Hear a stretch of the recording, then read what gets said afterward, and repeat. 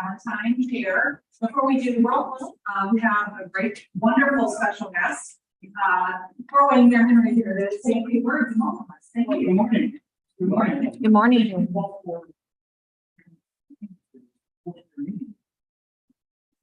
We'd like to show off our city a little bit. We have so many people that work so hard to turn our city around a little bit. Try to transform it into something that's a little more attractive. A little more. Thank you for. I just want to say, really, thank all of you personally for the work that you do. And I mean that sincerely because about 10, 15 years ago, we made the decision that the arts, in all the ways that they're presented, really an intricate part of the quality of life. And in 4 years, we're still asking for, but they began to more and more.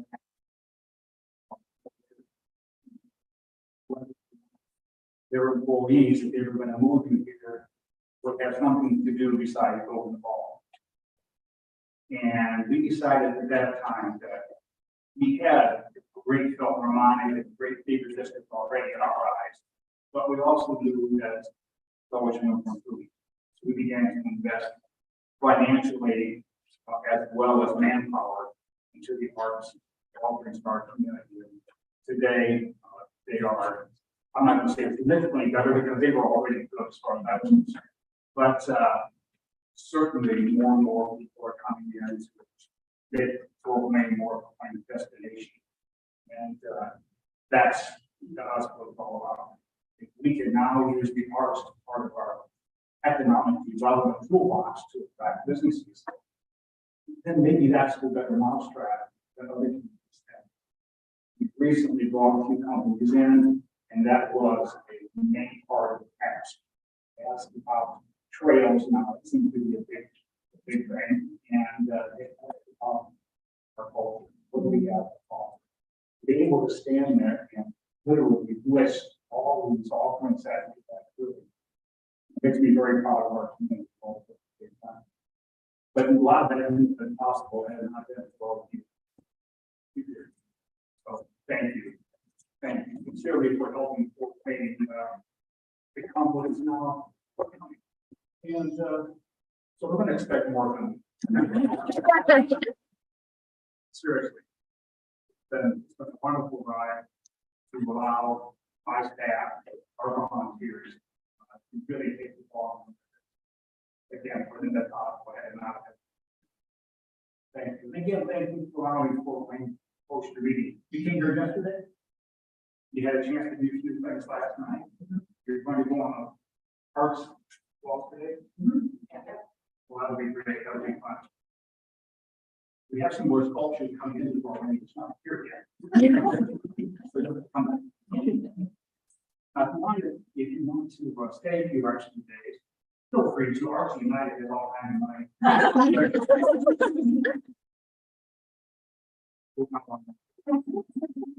Seriously, stay as long as you like.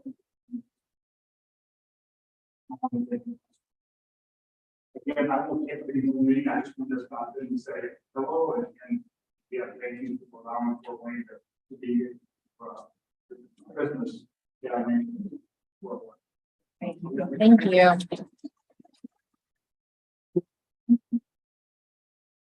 Recognizing Nancy Stewart, former commissioner.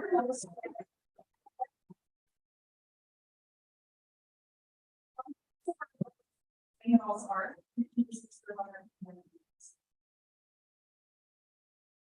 Okay. Next up, we have Stephanie, you'll do the roll call. Thank you, Amy. We'll start with, we'll go to our virtual. Chad Bolter. Right. Dan Bradley. Here. Ruth Ann Callan. Here. Greg Hall. Here. Walter Canali. Here. Jake Oakley. Renee Thomas. Here. Ann Valentine. Here.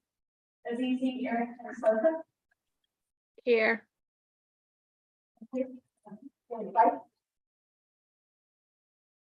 Hi, here. Lauren McRobbie. Present. Kelsey Beaver. Here. Sophia Soto, Here.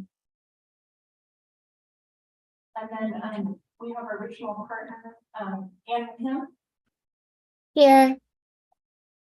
and, Traditional Arts Indiana, Director John Kay, Here. and then I use that. Ted Franklin, here, Seth, here, Eric, Here. Jordan, Paige, Sharp, Deputy Director of Programming. Stephanie Hayes, Arts Education and Accessibility Program.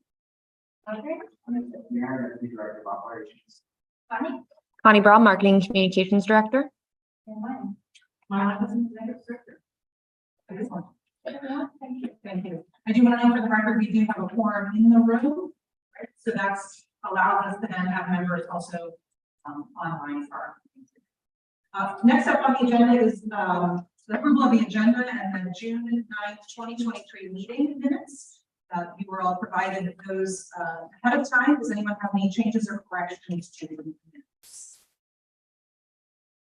Hearing none, I'll entertain a motion to approve. Motion, do we have a second? Second. We have a motion and a second. Stephanie, would you take the roll? Thank you. Chad. Aye. Rena. Aye. Ruth Ann. Aye. Greg. Aye. Walter. Aye. Dave. Aye. Renee. Ann. Aye. Azizi. Dave. Aye. Lori. Aye. Kelsey. Aye. Sophia. Aye. Thank you. Motion carries. Great. Next up is our consent agenda. I'm gonna read through the items we have on the consent agenda.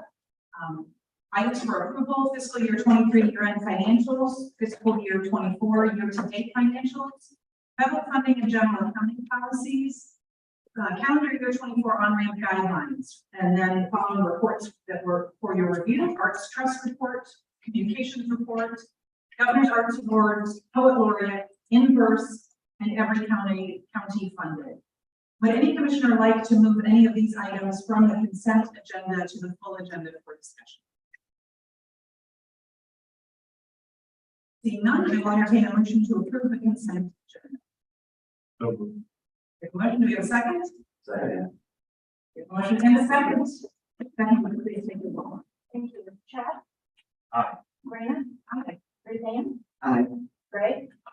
Walter. Aye. Jake. Aye. Renee. Ann. Aye. Azizi. Aye. Dave. Aye. Lori. Aye. Kelsey. Aye. Sophia. Aye. Thank you. Motion carries. Great. Now we get to the good stuff. Thank you. Right? Committee reports. First up is the Committee on the Future. It's not going to take this one. So we're going to talk about the strategic framework review. It's got the clip. You got it. So just as a reminder, what we're doing, what this is, we are we're in the process right now of updating our strategic plan.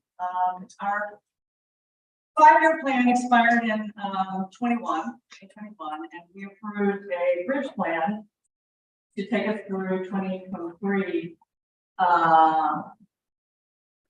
which is essentially carrying forward much of what was in the 2017 one. And so this is the process for putting together our next 5-year plan, which is just a good business practice period, but it also is required by us, by our federal funding action. Our next plan will be 2024 to 2028. And the determination was made really on the process. Chad bring up our commissioner co-chair to move to a framework versus a full-on plan. Framework, as we talked about before, much more, much briefer, tighter, gives us a lot more room to move around in as opposed to plan.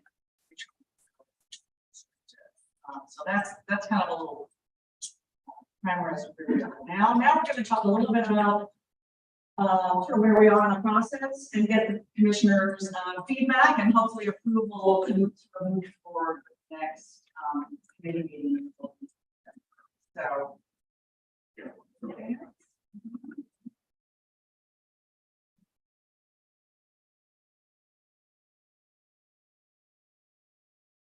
There we go. You got me? Okay. So in August, the strategic framework members convened. They put together a draft or approved a draft framework, and we're going to talk through what's in that today and again get for approval to move forward. So current mission. This is the current mission we have as a mission. Positively impact the cultural, economic, and educational climate of Indiana by providing responsible leadership for and public stewardship of artistic resources for all of our state's citizens and communities. It's a fairly wordy mission, and the proposed mission is briefer, tighter, and I think aligns a bit more with kind of where we are heading as an agency. We champion and invest in arts and creativity to strengthen Indiana's people.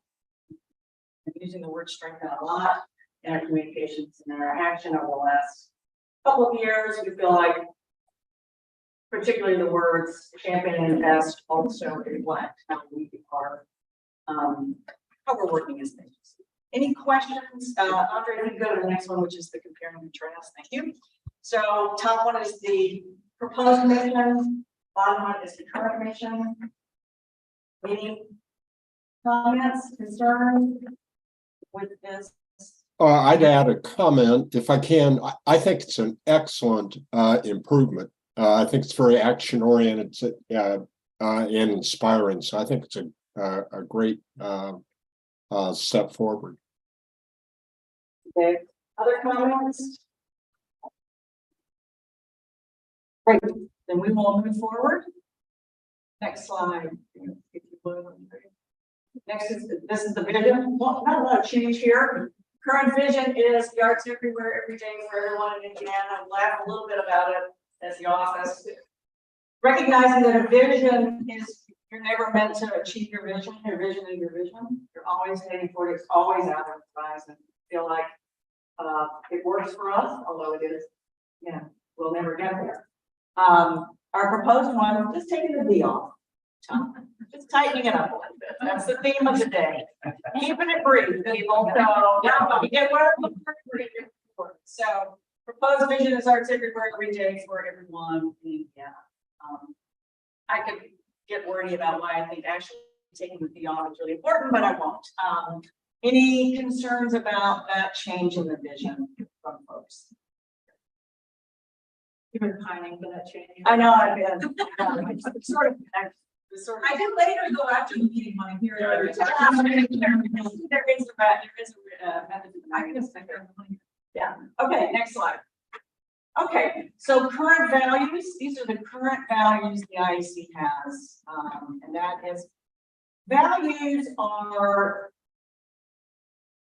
generally defined as core to your culture, behavior, and decision. So they're internal. These values are very externally faced. They're really more about those that we serve. I mean, they really truly be values in the way that they're core to our behavior and culture and decision making. We need to talk about, we need to have values that actually reflect how we work as an agency. So, Andre? Yeah, so here are our proposed values: accountability, operating with integrity and transparency, worthy of the public's trust; access, ensuring policies and practices provide all equitable opportunities to benefit; inclusion, listening and giving voice to foster participation and collaboration; storytelling, seeking and sharing data, insights, and stories that deepen understanding of arts and creativity; and reflecting and learning, taking time to pause, reflect, learn, and change. So you'll see what's there is really grounded in how we're operating as an agency and how we think about our work. I think I really do think we live these values as staff and as an agency. So, Audrey, if you go to the next slide, which is the comparison between the proposed and current, would love feedback, thoughts, reaction, and value changes. significant signifier for government agency. Any concerns with what's proposed here? I have a question on the definition of under access. Yeah. I wasn't sure if the idea behind providing all meaning everyone with equitable opportunities, or is it we're going to try to do every single equitable opportunity? How exactly How we should, define that? I mean, is the emphasis, I assume, is on everyone has access. We want to provide as much equitable, we want to level the playing field, make sure that all can access the opportunities that benefit them. So I'm just, I'm sorry, I'm being a little here. Express medias have been hired and start and want and hired and start and want many times. So this is why we're discussing. So I would love wordsmithing here that brings greater clarity to that. Because it's an important one, obviously. A lot of what we've got over the last year is around access and equity. So that's big. Yes. I had wondered about taking the word all to the end of that sentence. Okay. Placing it at the end to benefit all. Okay. Laurie, what do you think about that? So it would read. Yeah, I'm sorry, the audio is just so bad. I could not hear what you were saying. So Brenda suggested moving the word all to the end of access. So it would be Or access. all. Go Yes. ahead. In access, ensuring policies and practices provide equitable benefits, equitable opportunities to benefit all. Or for all to benefit. Or for all to benefit. That is crystal clear. Somebody let us- I got it. I've got it. Other comments, I appreciate that, Laurie, very much. Correct. Other concerns, comments on the values? I've got one question, if I can just jump in. I'm also struggling with hearing everything, so I may be repeating what others have said. But one reaction to me is I wonder, are these proposed values in order of priority? Is one more important than the other? I think people sometimes kind of naturally think the first thing is the highest priority. So I wonder about that. The other thing that I'm sure you guys talked about is eliminating excellence from the value. I don't know, seems to me to be something, hopefully we're still about excellence, but just two quick reactions. Thank you. And Dave, first, I appreciate the question around the ordering, because that actually was a topic of discussion at the advisory committee. And that order reflects the advisory committee's recommendations on if they're meant to be in order, that this would be the order that they should be clustered in. But then there was also discussion about, should we align them left to right and not say any one is any more important than the other. So I think there's certainly opportunity to discuss further. If you were to recommend putting another one at the top, if they were in an ordered list, do you have thoughts about what might be appropriate to go at the top? Yeah, I mean, to me, while accountability is certainly important, I would think about inclusion or storytelling, or even access being one of the tops. I'm not totally, but I don't really see accountability as the most important thing, even though it's a very important thing. Yeah, that's great. Interestingly enough, the person who suggested that at the framework committee meeting is a fellow state employee, and he had really strong feelings about accountability. So that's really interesting. So yeah, okay, then we will take that into account when we convene the strategic framework group again, talking about order. So, but I want to circle back to the excellence question. It sounds like, Dave, you're interested in seeing if there's a way that we can find a space for excellence as a value? As a value, or, and I'm just looking at it quickly, I don't see it even part of the values. Yeah, Uh, yeah, So maybe it's not a specific value, but if it could okay, be weaved into one of the other values. okay. We will take that under consideration. Thank you. That's great feedback. Other comments, concerns about what's here? All right, let's move on if we could. Next slide. Strategic priorities. So these are the 4 areas in which our work's we propose our work to be focused over the next 5 years. And you can see they're really broad in how they're described. First is partner. Broadly, as we extend the public value of arts and creativity for all in Indiana. Amplify awareness of the social, cultural, educational, and economic value of arts and creativity across Indiana. Build knowledge, capacity, skills, and networks that increase markets and audiences for Indiana's creative sector.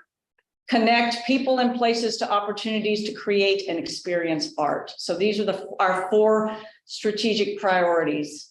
Activities will nestle under those, but these again are the 4 broad buckets, priority buckets that we are proposing to focus our work over the next 5 years. Any concerns with what's here?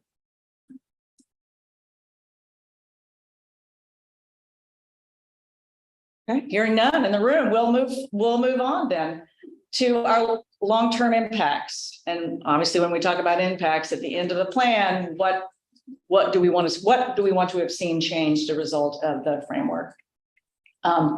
Impact number 1, in every Indiana county, people and communities have opportunities for sustained arts experience. There's a lot of discussion about that word before, arts experiences. So right now, the word we've landed on is sustained.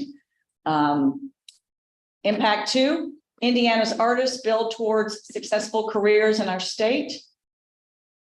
Impact 3, new populations of Hoosiers. And by new populations, we mean new populations to the IEC or new populations that we're working with at the IEC. Experience meaningful learning and engagement with arts and creativity. Impact number 4, Indiana's arts providers have increased opportunities to enhance the quality of life in their communities. Impact number 5, there is broad recognition of arts and creativity's value for Indiana. And I can tell you why I changed it from in Indiana to for Indiana, but we'll save that for why I dropped the D in front of the vision. So you will note here, and this came up in discussion in the advisory committee, is that we are intentionally talking about the arts economy here, and we're intentionally talking about creatives, the creatives role, and a specific, obviously, subset of creatives role as it relates to careers. And we're also talking about quality of life, and we're talking about enhancing quality of life and so forth. So there was a lot of conversation around careers in particular as it related to artists, recognizing that within other impact areas, there is space for artists who may not be career focused, that may be doing our making because they love the doing or making. But we also felt like, for a lot of reasons, on the success, the overwhelming success of On-Ramp as a program and our work in that space and Jordan's work in that space, that we would be remiss if we did not call that out in particular as an impact that we were aiming towards. So, comments, thoughts around impacts, and again, they're meant to be what we achieve, presumably, and what we will measure the achievement of at the end of the framework. Hi. Yes. I would just like to point out, I think this is the best page of the whole, and here's why. One, the inclusion of intentionally including the value of creatives in the economy, the economic space. Second is that all 5 of these have ability to be objectively, quantitatively measured, and also storytelling. So if you go back to the values, you've created something in there that balances balances what you want to be able to tell a story on all Yeah. 5 of these impacts while being able to measure it for accountability. And I Yeah. think that's really Yeah. well done. Yes. Well, you co-chaired, so thank you, Chair. Good job. Which is, that's code for, yeah, you just read it on way. But it's really. Yeah, I appreciate that. And I appreciate the advisory committee's engagement in this conversation, because we actually asked them as part of the meeting to help us think about how we were going to measure it.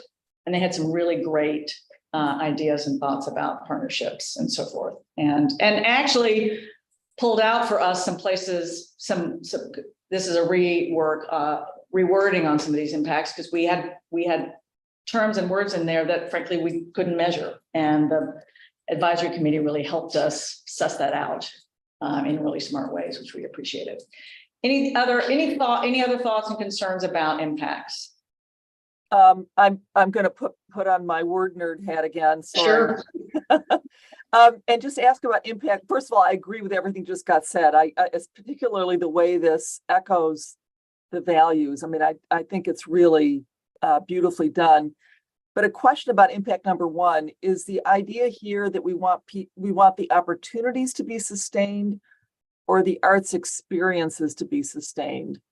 And I think that's significant in the sense that sustained opportunities suggests a little bit more, puts a little bit more burden on the commission to Yes. think Yeah. about those. And Yes. the arts experiences themselves, sustaining arts experiences is a much more diffuse.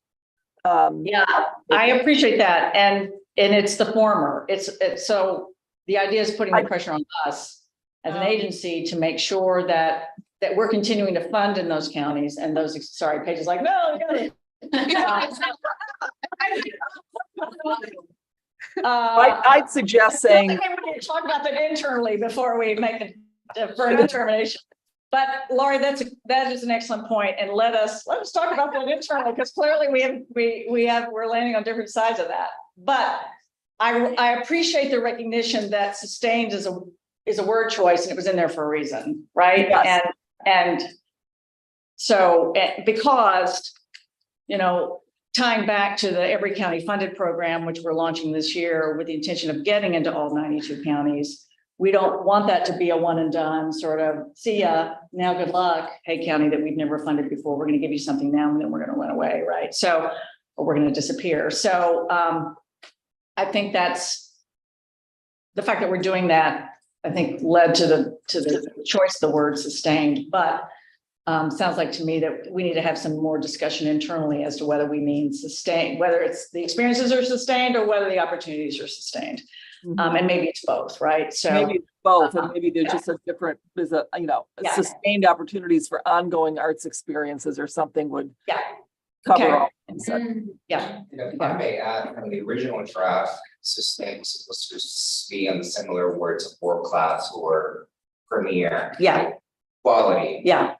Arts experiences. We also had the word relevant in there at one point, and that was a word that the advisory committee really, and in fact, John Kay, who's on the Zoom right now, I think helped us understand that maybe relevant was a kind of a difficult word to sort of think about as it related to quantifying that. So that ended up getting pulled out.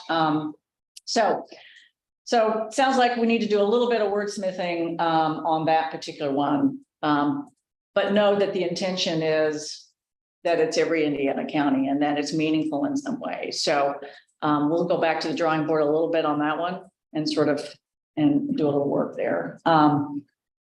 In addition to those great comments, anything else that gives anyone concern? Maya, no, Yes. not concerned, just Yeah. kind of a little bit on what Chad said and what Mayor Henry pointed out. I mean, there are pieces of this that it's exactly what communities are thinking about. Yeah. And so aligning with how communities are trying to build what their future looks like, I think is just amazing. And exactly what you would want to be strategic. Fantastic, thank you. Maya, if I could add as well, I think the comments are great, and I would definitely not try to to even get close to Lori's comments on wordsmithing. So so I'm not going in that direction, but the comments, I think it's very well done. The comments though about it being something that could be quantified. And so I looked through it. I see value. I'm not sure whether that's economic value.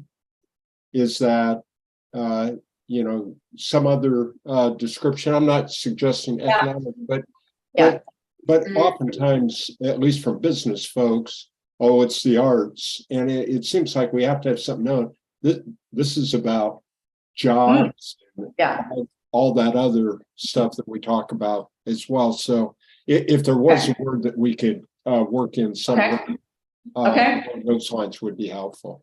That's a little bit of a squishy word to quantify. Yeah. Although I might suggest that it gives you flexibility, that it will be fleshed out metrics. Yeah, true. And yeah. And again, this is not a forever document, but as it goes through, the one thing, if we go back to the previous strategic plan and this framework, one of the hopes was that this gave you the flexibility that was not available in the prior strategic plan for something like, let's say, COVID. Yeah. And so it really was a suspension of the strategic plan to survive. Value today could look a lot different in its value to, and so those get fleshed out in the things that you're going to measure. So that's where I would say, and I appreciate Dave's comment, but that's where I would push back and say that's what you want to do. So today it's workforce development conversation. Tomorrow it might be X. Yeah, that's great. Yeah, I appreciate that, Chad. Thank you. But Dave, I appreciate, and what the commission will actually see in December is some retooling of this, but then also some of the metrics that we're proposing to measure these particular impacts. And that would also be a great opportunity for you to say, hey, did you think about this to measure this particular impact? Any other comments on? Yes, Greg. Just a question. So the process of actually establishing the metrics is underway. Yes, it is. Yeah. So we've got an internal team discussion scheduled, I think, early October to start putting some of that together. And then the Framework Advisory Committee will meet in November. They will endorse what's here. And then the commission in December will approve, hopefully, the framework, and then which will include metrics and give a little window into work plan, for calendar year 24 and sort of beyond. So recognizing that it's evolving, right? But yeah, absolutely, that's the plan. Thank you. Yeah. Any other questions? Comments? All right, this is what's next. Thank you. What is next? So our members will convene again in November. They'll provide reactions based on the comments that the commission has made today. We will make some revisions. They will give us some proposed feedback and provide input regarding reporting. So not only the metrics, but then how we plan to report on those metrics, because they aren't any good if we're not sharing them in some way. We're sharing them with you, we're sharing them with the field, we're sharing them, with decision makers and other places, right? So all of that is coming up for the November meeting, and then the commission will see this all in December, and it will go up through Committee on the Future, exec, and then full commission. So this is an action item. So I think, we've had some wordsmithing here, there was some wordsmithing in action. So I think what would be most appropriate as an action item would be an endorsement and concept of what's provided here, which would give us a little bit of wiggle room to go back and make some changes based on the great conversation here. Then that we will take back to the advisory committee and continue to work on. So moved. All right, we have a motion. We have a second. Second. We have a motion and a second. Second, you should call the roll. Thank you. Chad? Aye. Raina? Aye. Ruth Ann? Aye. Greg? Aye. Walter? Aye. Jake? Aye. Renee? Ann? Aye. Azizi?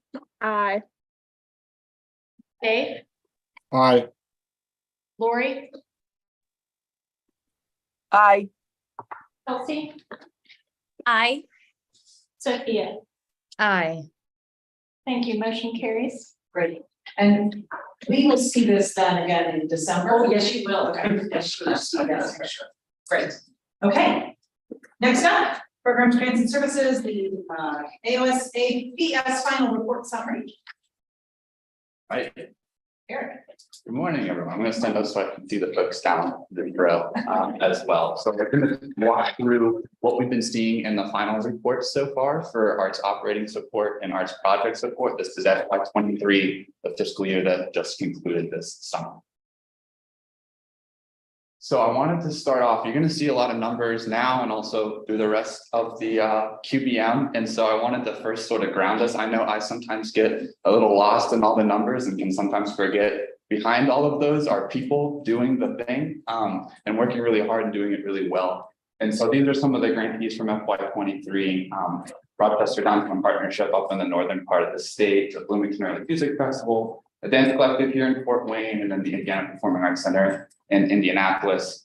Just a few of the many wonderful grantees that are behind all the numbers you're about to see. So as you take in all the numbers, also remember the people behind the numbers as we discuss all this stuff.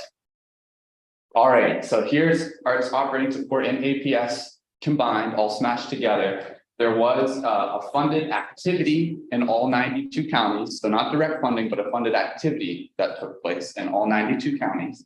There's about 65,000 artists involved in funded activities, which is a lot of folks. So like selling out Lucas Oil Stadium, and that's up from FY22, which is really exciting. And then around 4 million total participants, it's roughly 60% of the population of the state attending things. Sometimes these numbers can be inflated, so take it with a grain of salt, but in that ballpark.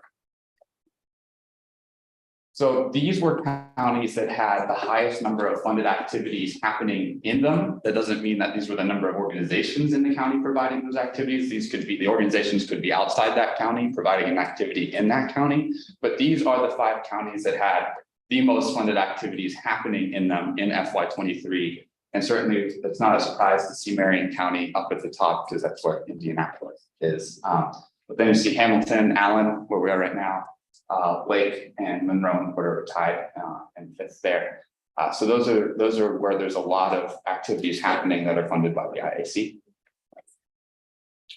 And then flip side of that, the counties where there aren't many, those 5 counties, Martin, Ohio, Rush, Sullivan, and Vermilion, are definitely counties, but we'll talk about more with every county funded that you hear a little bit more about later on. But these were counties that didn't have as many. And it's important to note that there was one grantee that listed they served all 92 counties. So that's the one that you're seeing. So just something to keep in mind there. And those are the total counties that weren't funded. We had no direct funding in them for APS or AOS. So there were 20 in FY23 and 17 in FY24. So we're continuing to work on narrowing that down and making sure these programs are reaching more and more people. All right, so here is AOS, just AOS. What we just looked at was combined. This is just AOS. So we had $40 million, a little over that, paid to artists, which is up around about 10 million from last year. 58,000 artists involved in providing IAC funded activities, which is also up significantly. And it's the highest it's been in the past 7 years. So a lot of artists engaging with our organization, which is really exciting to see. And then about 279 million in income generated, which is also up. And so you're seeing a little bit more of a return to pre-COVID levels of income being brought in. But of course, things are more expensive. So that's not necessarily representative of what folks are bringing in profit. But certainly arts organizations, I think, are starting to come back in terms of being able to generate some earned income. Oh, those type of animations. Okay, so 50% or more of the funded activities are arts education. So there's a ton of arts education happening in the AOS program. And there's probably a second bullet point that'll slide up. Yeah. Okay, so 22% of organizations reported that 25% or more of the direct beneficiaries of their programming belong to a distinct group, and I'll walk you through all those distinct groups later, but those are folks with disabilities, veterans, youth at risk, people below the poverty line. Those are categories set by the National Endowment for the Arts, but there are a fair number, a little under a quarter that is 25% or more of the direct beneficiaries of their program. All right, arts project support, just arts project support. About 3.1 million in leveraged project income. And what that means is that's the additional income beyond the grant that they're bringing in to support the project. And so that was up 18% from last year, and it's the highest it's been since basically pre-COVID. And there are 292,000 total in-person participants, which is also up from FY22 by 10% and the highest since pre-COVID. And then 6,000 plus artists directly benefited financially, which is up 18% from FY22. So again, you're seeing sort of more people attending, more artists engaged, a little bit more of a closer return to pre-pandemic numbers. Yes, Anne. Just to give me perspective, what is the investment from the Arts Commission then compared to that leveraged project? Yeah, so it's around $650,000 to $680,000 for FY23. So that's I would recommend when we talk about this, we talk about our investment, then yields, to put both of those numbers side by side is really impressive. Super helpful, thank you.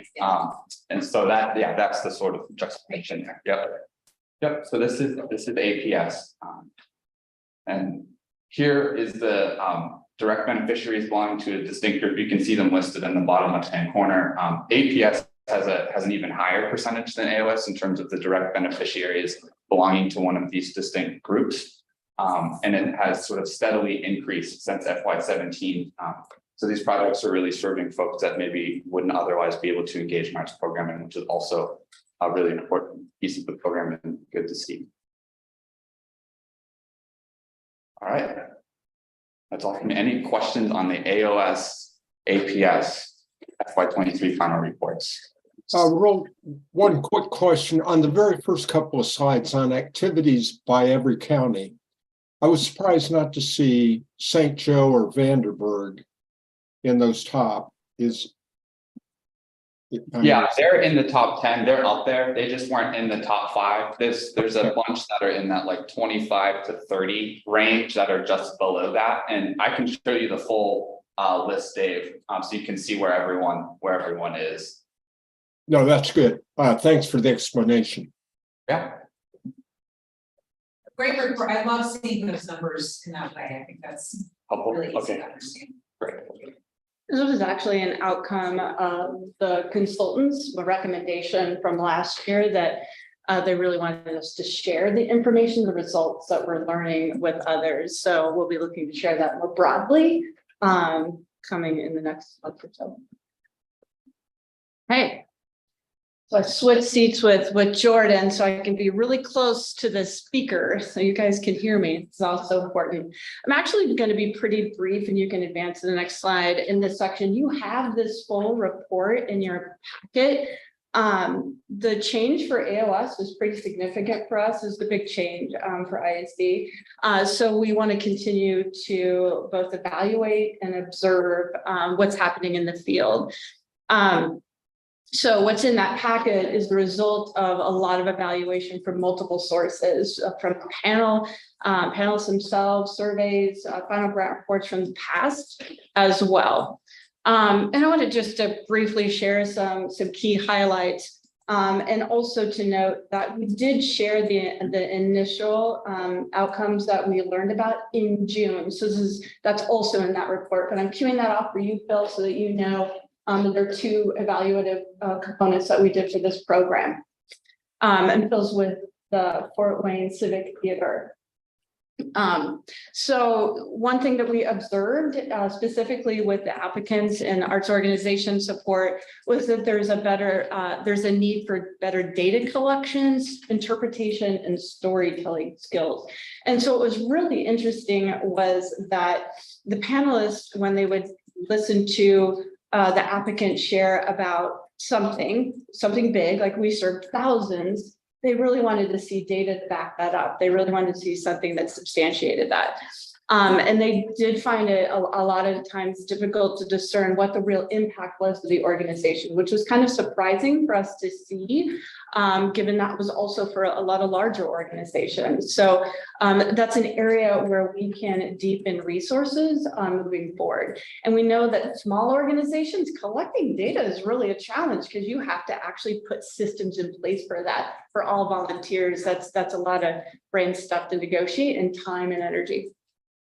And in general, we see the talent attraction and workforce retention really worsening. We've already known that it's a challenge for the field. And obviously this field was not unaffected by what we know about is a lot of job changes, but it was already an issue. So it's something that we're going to continue to keep a pulse on. It was great to see that IDEA is really deepening out in the field, and in particular, Marion County, where there's a lot of both training and their application process is really focused on IDEA as well. So that was a good pairing. And big takeaways, just observing in context with the larger state arts sector, folks need access to being able to deepen understanding financial systems, just the nuts and bolts of being a nonprofit. We see that in the arts sector. We know that's an issue in general. It would be really great for somebody to take the role in providing statewide training for nonprofit industry, because arts are not isolated in this need. So we feel like we should not be the only ones providing those services. Love to see that local arts councils are on the rise. This is a big deal because that means communities are really wanting to invest in creative development. That's fantastic. Oddly, a lot of them don't apply to us. 16 in 16 different counties that apply to our program, which is really unusual. So we need to investigate. And we also learned that community foundations can be a huge catalyst in benefiting the arts in their county. In Harrison County, for example, very rural, their community foundation matches our grants 1-to-1, our project support grant, which is pretty fascinating and great for us, and something we can explore.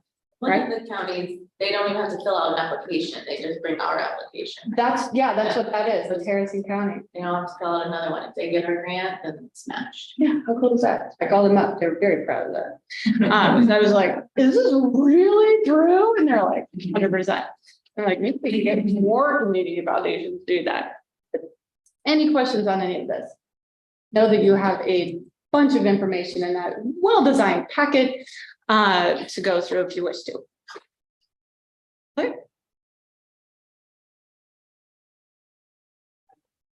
Next item. The next item. Arts project support. Equity redevelopment. Yep. Okay. So we had the consultants come in and evaluate project support. Go to the next slide. But I wanted to do a big picture so everybody kind of is familiar what arts project support is. One of the things that we do is obviously you know about our vision. And to manifest that vision, we do a lot of grants across the state rather than fewer. And IAC is really looking to get broad access to public arts funding, and that's where we want to get an array of grants out there. So both of these programs you may have heard referred to as regional initiative grants. That's because arts project support and its best friend, arts organization support, are administered by our regional art partners all around the state. Should we start calling them like Bert and Ernie? I think that would be way more fun.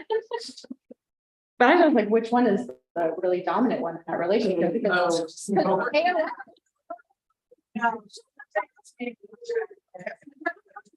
delete. Okay. So the core purpose of the partnership is really to get a broad network out there so that we have folks in those regional levels so we can get greater access. And when it comes to distributing dollars, arts organization support really is the primacy. They receive about 70% of like an allocated pool, and project support gets about 30%. We were funding at per capita that makes sense, right? Lots of humans in one area, more dollars go there. But we are moved away from that in arts organization support to an equity distribution model. And really the other reason is because per capita wasn't really working anyway through the regional system. So moving to the next slide. Bam, bam, bam. Now, project support is open to any 501c3. It's basically everybody else.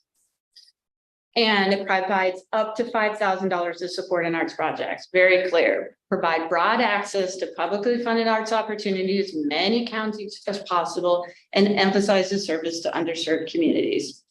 We're looking for that program to foster creative community development. And that's really what the program purpose is. And in our objectives and the guidelines, we articulate that public access means access to quality arts activities with special attention to underserved communities. And we want to support Indiana artists in that work. They're a vital part of our state. It's the next slide, please. I want to jump in just quickly and say that APS is absolutely available to 501c3s, and most of our applicants are 501c3s, but it's also open to units of government, which includes schools. And we do have quite a few town governments and school corporations that are available. Sorry to just. No, you're jump in and fine. say that. Great to include that, yeah.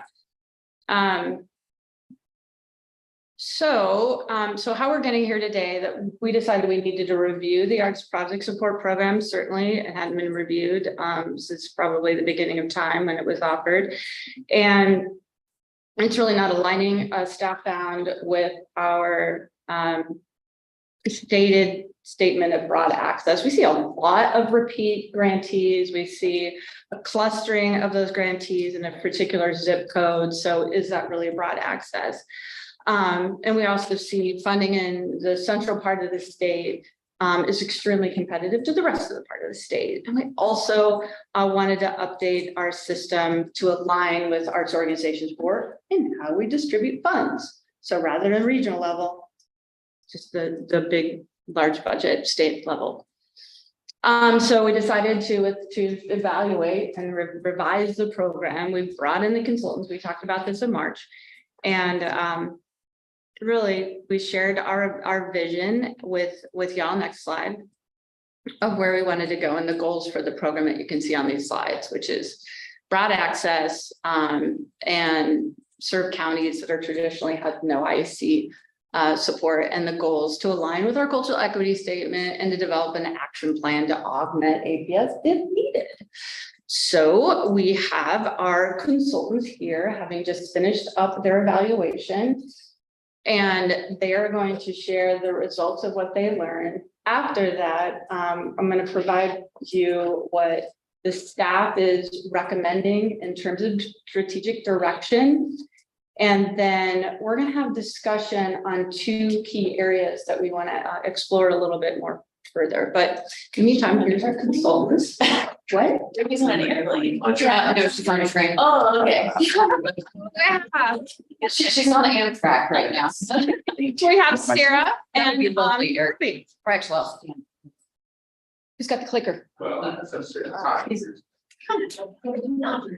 oh, made on working. Okay. Sarah, when you're pointing here, Pointing. to this computer, yeah. All right, all right. So, hi. Ruby, do you want to do the intro real quick, or oh, Ruby's already frozen? Oh, no. Oh, am I back? There we Am I go. back? She's back. She's back. All right. Hello, everyone. Good afternoon. Ruby Lopez Harper. Super excited. Thank you for everyone being patient and accommodating. I am on an Amtrak headed to Boston today. But very excited to be here and sharing some of the findings that we had, Sarah and I. I just want to share a little bit about myself. I am currently the executive director of the Craft Emergency Relief Fund, but my background has been predominantly in local arts agency infrastructure. I spent a number of years with Americans for the Arts, working with 4,500 arts agencies across the country at the local, county, state, and regional level, providing tools, trainings, and resources, focusing primarily in integration of equitable practices in and also network building. So some really basic, want to pass it to Sarah. Thank you so much. And some of you know me, some of you don't. I'm Sarah Peterson. I've been hanging around Indiana for about 13, 14 years now, but I've been a consultant to the field and the field being nonprofit and government work primarily in the arts and local government. And I was a former funder myself for about 25 years. So Indiana's been very kind to bring me in, the IAC has been very kind to bring me into this. And again, some of you have seen me once or twice or 12 times. So I'm a lucky girl. So what did we do? Paige set forth the staff objectives for the project. And Ruby and I made sure that as we move forward, we had those objectives, but we didn't assume that the field would have the same objectives. So we were asking questions from a neutral standpoint as much as we could. We did document review. We had listening sessions with all of IAC staff, with the RAP representatives, with community members. There were 4 of those at different times to make sure that, we reached different folks. We did an extensive survey of the community. And then because we didn't want to leave staff hanging, and they asked us to, for options, we did a broad field scan and benchmarking practices of state art agency peers and the field writ large to see, of the things that IAC is thinking about, what's already out there, what can you borrow from, what can you reject, not wanting to recreate the wheel, right? All right, so next, voices and participation. This is of the survey. Not going to go through all the detail, but the punchlines are 50 out of 92 counties participated, 148 voices, every region involved, and a nice stratification of those who self-identified as advanced, intermediate, or beginner grant writers and experienced in grant writing. Compare that to APS over the last 2 years. APS has touched 68 counties, has funded in 68 counties. The survey captured 48 of those, so missed some of them, or 45 of those, but missed some, but also caught 5 counties that APS didn't in that time. So we're kind of proud of that. Next slide. We're also kind of proud of stratification across other approaches, right? So urban versus mixed versus rural counties, you got a sort of 60-40. And we looked at mixed versus and rural as using Purdue's identification of definitions of those to try to make it a little less of sort of the blunt cut that urban rural is. We've got a nice stratification of age, a nice stratification of how many times participants have received grants or their organizations have received grants.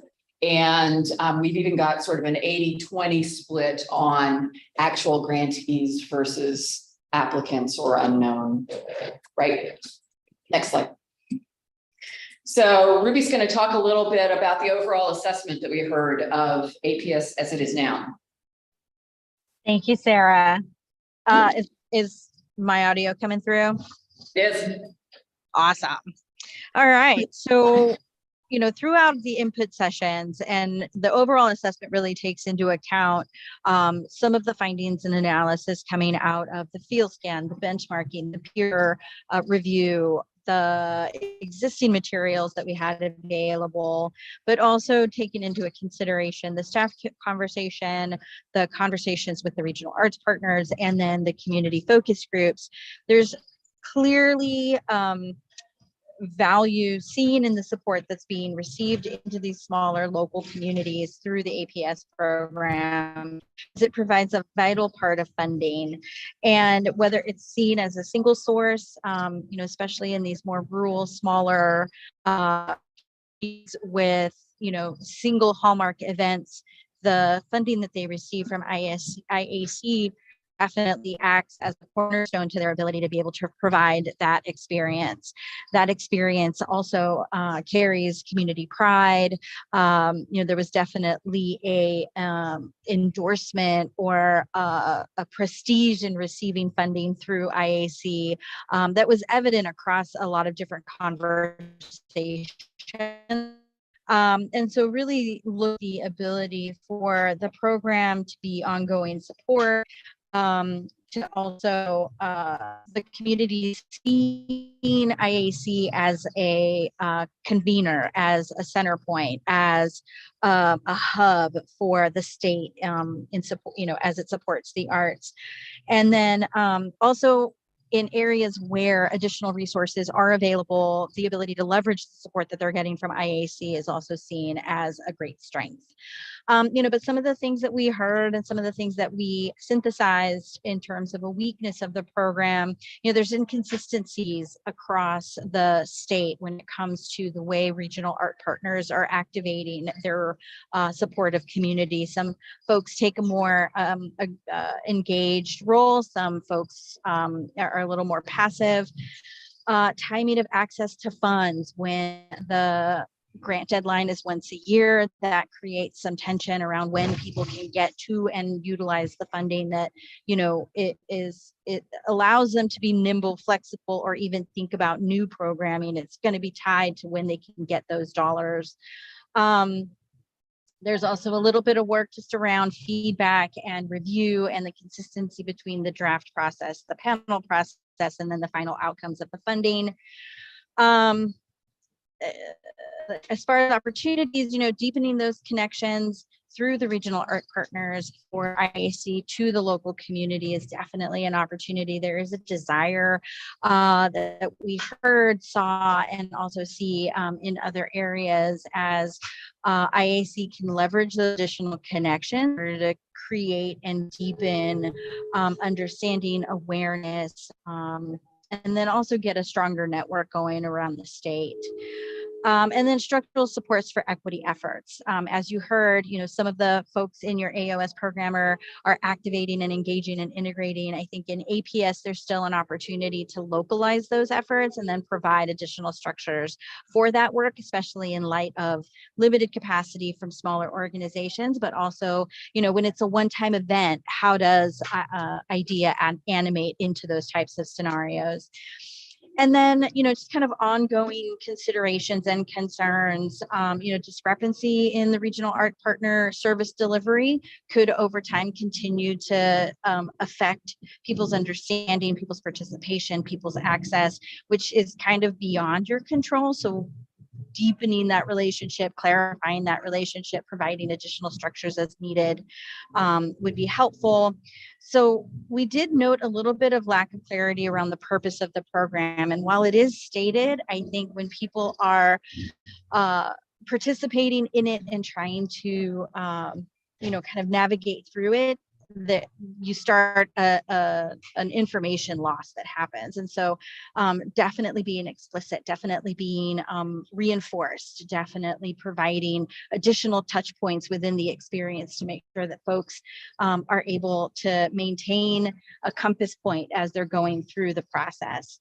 And then again, ongoing challenges of integration and driving IDEA at the local level, just kind of understanding and providing flexibility around how folks are animating, how folks are integrating, because every community may be dealing with their very individual IDEA challenges and issues.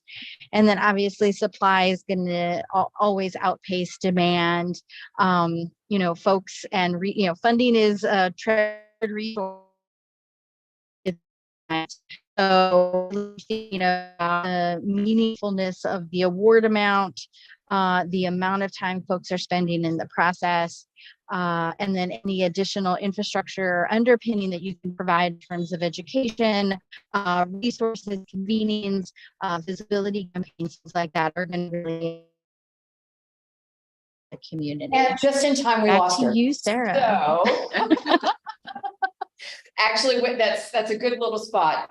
Andre, the next slide. So staff are, IC staff are getting a massive 4-part report from us that's like 80 pages that gives infinite detail and nuance on all of these sorts of things. But we wanted to highlight some of the higher level numbers for you to understand where some of what Ruby was just talking about came from. And for those who think methodologically, whenever we asked questions about the importance or the value of one thing or another, we randomized the items within that question. So we tried to very much, again, to neutralize everything as much as possible.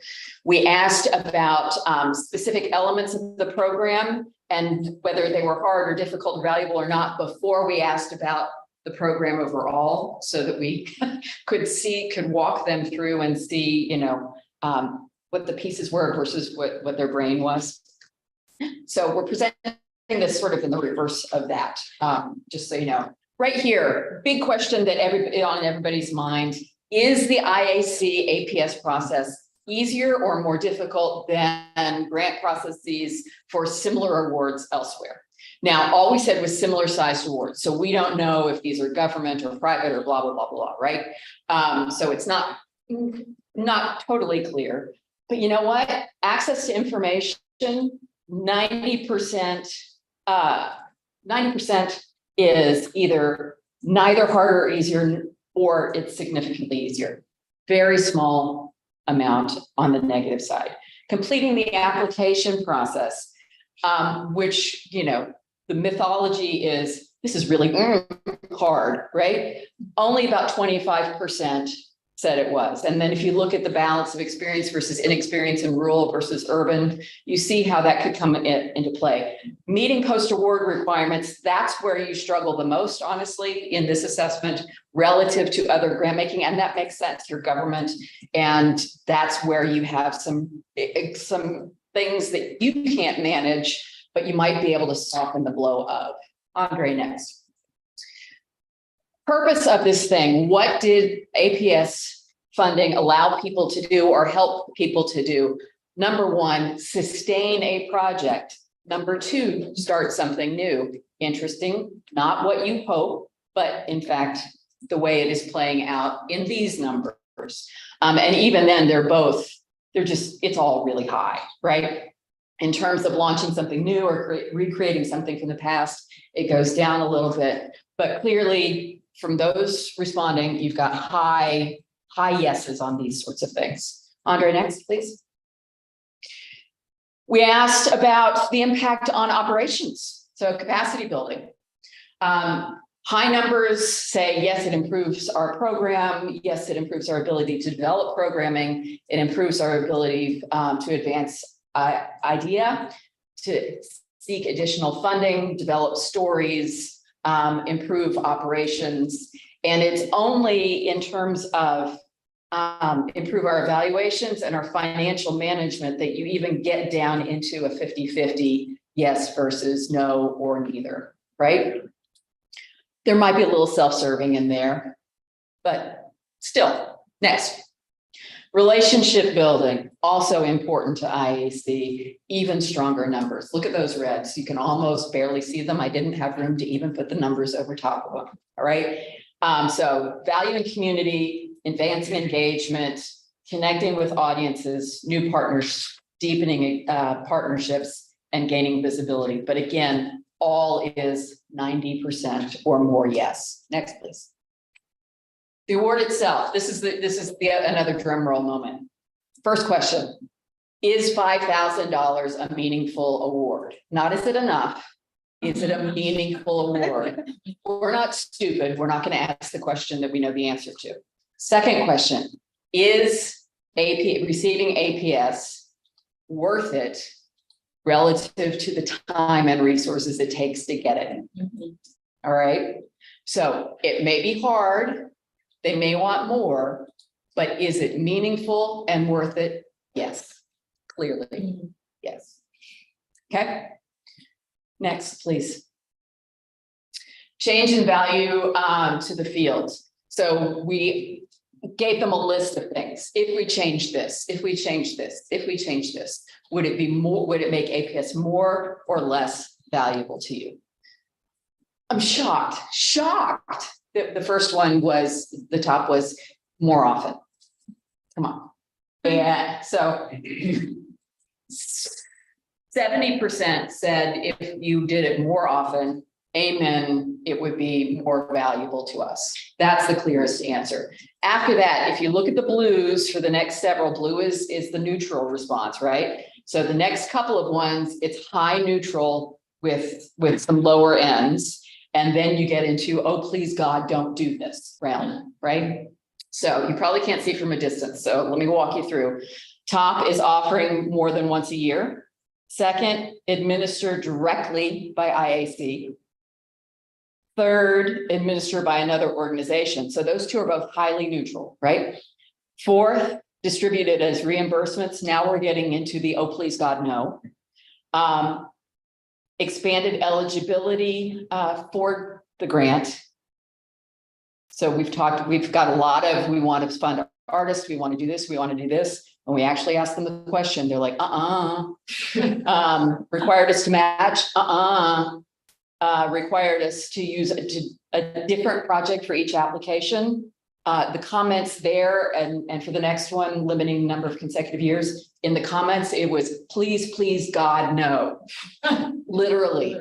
All right, next one.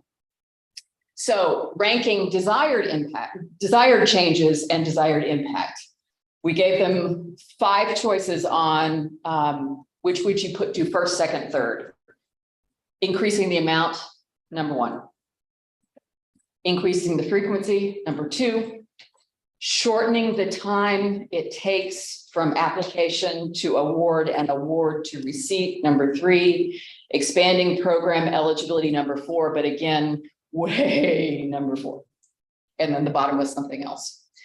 Over on the left, what is the ideal impact for this? Again, ranking, and we gave them choices. Number 1, impact to communities. Number 2, underserved areas. Number 3, organizations. Number 4, artists. When all things are equal, artists come in 4 with this group. Number 5, idea. Number 6, capacity building.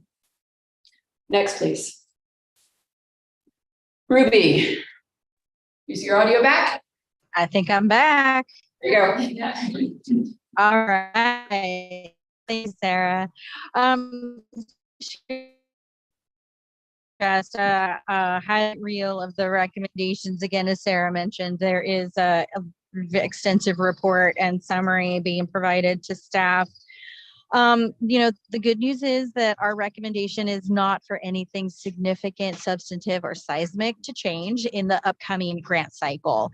One of the things that we did here and we're very cognizant and responsive to is the concern from staff, regional art partners, and the community about changes that could impact their availability and accessibility. All right. Relatively single source. Sorry, Ruby, Hello? you're breaking up too much, I think. So I'm gonna I'm gonna pass to you, Sarah. Thanks. Okay. Yeah.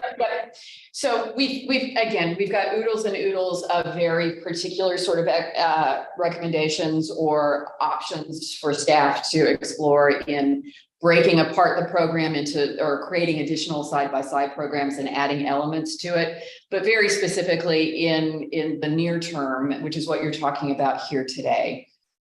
We've got essentially one headline, which is clarify your purpose, make sure that you're very clear on what this is and what it isn't, so that you can build other what it isn't. And you've got other process going on right now. You're looking at cultural districts, you're looking at artists, those sorts of things. So taking some time to unpack what goes where will be important. And second, stage whatever change you make over an extended period of time so that the organizations themselves and the communities themselves can adjust. You know, the first do no harm kind of approach. So in the current fiscal year, 23-24, just fine tune materials and communicate with the field about what you've been doing and where you're going and what the timeline is. Next year, focus on all of the design questions that come out of the research that we've done. Look at all of the nuances, delve into those, clarify how many programs you want, what the size are, look at the options that we've got in the field scan and the benchmarking, consider timing, address weaknesses, those sorts of things, and then design to those purposes and to those conversations in 25-26 for 26-27 launch would be our recommendation. Again, giving a long runway and heads up for folks to be able to adjust. Now that's about the broader picture. That might not be what you guys are talking about in terms of aligning with AOS. That might be an interim step, but we're talking about fine tune from now, delve into very particular questions, redesign and launch. Questions? One more slide. And again, that field scan, we've got, I think like 15-20 pages of examples from SAAs across the center of the country, lest we think that, you know, either the coasts are better than us. We focused on the center of the country. And, you know, there are lovely examples for all the variables that you want to look at. There are different models for frequency, rolling and managed. There are different models for eligibility and how programs overlap. There are models, all of the things that you want to look at. We've got examples of alternate approaches that we're handing off to IAC to be able to work with. Questions? In that case, thank you very much. And back to Paige. So, thank you, Sarah and Ruby. It's been great. You guys have been phenomenal to work with. So appreciate you taking this to the progress. The consultants have recommended limited changes, and we want to talk with you about those. First, staff will sort of share with you a little bit of what we know and what we're recommending. But I think a break is in order. So if we could take a 10-minute break. Or 8, because it's 10:22. Okay, all right, 8-minute break. And take it back and 10:30.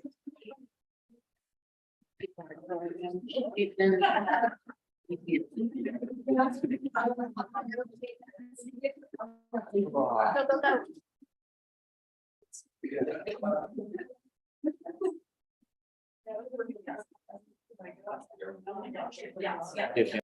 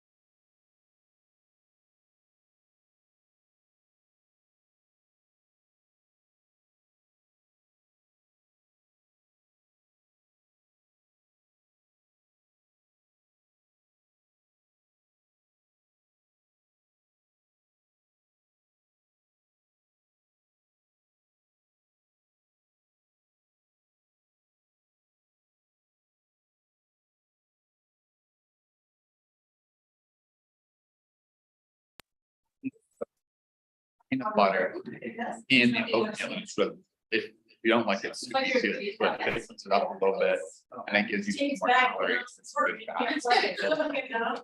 Nice. Yeah, Your grad protein all the time, too. yeah. That's a really good thing, because otherwise it's all carbs, that's the thing, I don't. Or you Yeah. could even do like a little bit of like protein powder. No, I have some of that. Yeah. Like, or you get more protein. Always Um, good. Yeah, so they have like a bunch of almonds, like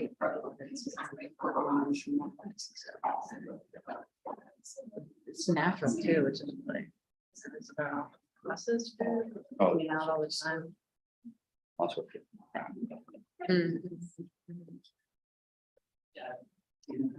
It's amazing. With 45 seconds. First time breakfast. Oh my God. Yeah, So you really, it's, yeah. can make it any. I can just- Mm.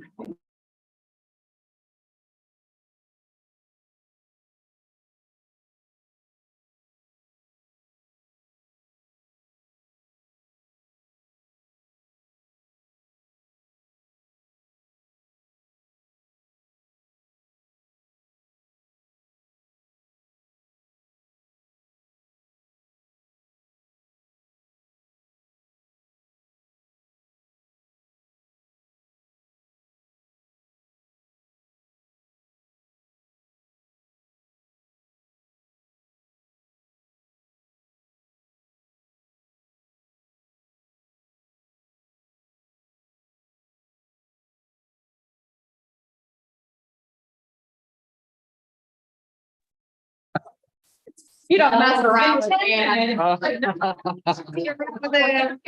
and get going.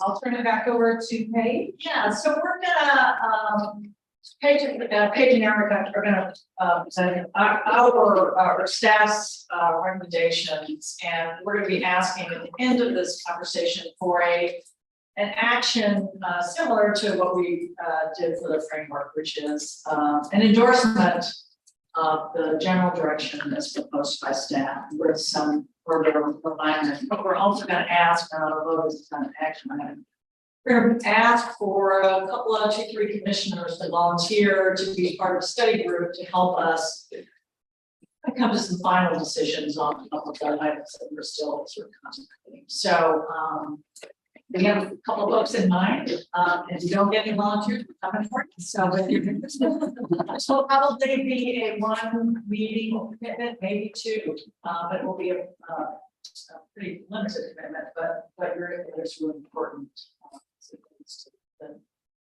The few changes, but there'll be still important changes to make to the program. So Peggy, I'll have it back to you. Cool, great. So based upon what we heard, there are some things that we know that we would recommend that we want to bring front. And then there's, like I said, a couple discussion items. And this, to be clear, this is for FY25, which means the guidelines will be up for approval in December, which is why that study group is important. So the interim, because there's some things what we don't know, we just don't know. So that's one of the reasons it'll also be helpful. So the things here just specifically for the upcoming cycle. And based upon those recommendations, we know that we're looking to keep the FY25 program and process largely the same, barring a few suggested modifications. They were very clear. Long road to change. And establishing an automated funding tool, determine awards like we did with arts organizations in Port. That tool was incredibly efficient and helpful to the staff. And it does mean that we would not be funding regionally, like we talked about earlier, would be from that state pool. And we need to do a lot of testing to see how that will work out. We have a whole data set. We got some super smart brains that will come in and help us as consultants. And they did that last year and they were fabulous. So that's the second thing we know. Also know, based upon what consultants shared, is that we would like to fund arts project support grantees the full amount at the very beginning of the cycle. And there's a couple reasons for that, and it's largely because it's just more efficient for both the grantee and the staff. And we have never had an arts project support not return funds to us, at least not in my 10 years with the commission. So we do not anticipate this is an issue. We only look at it as positive benefit. And by that, we mean we generally give grantees 75% upfront after they sign their contract and 25% when they submit the contract. But what we're recommending is that we give them the full amount upfront, recognizing that we have had zero issue in the past with either getting funds returned, if a project was completed, or a project didn't happen.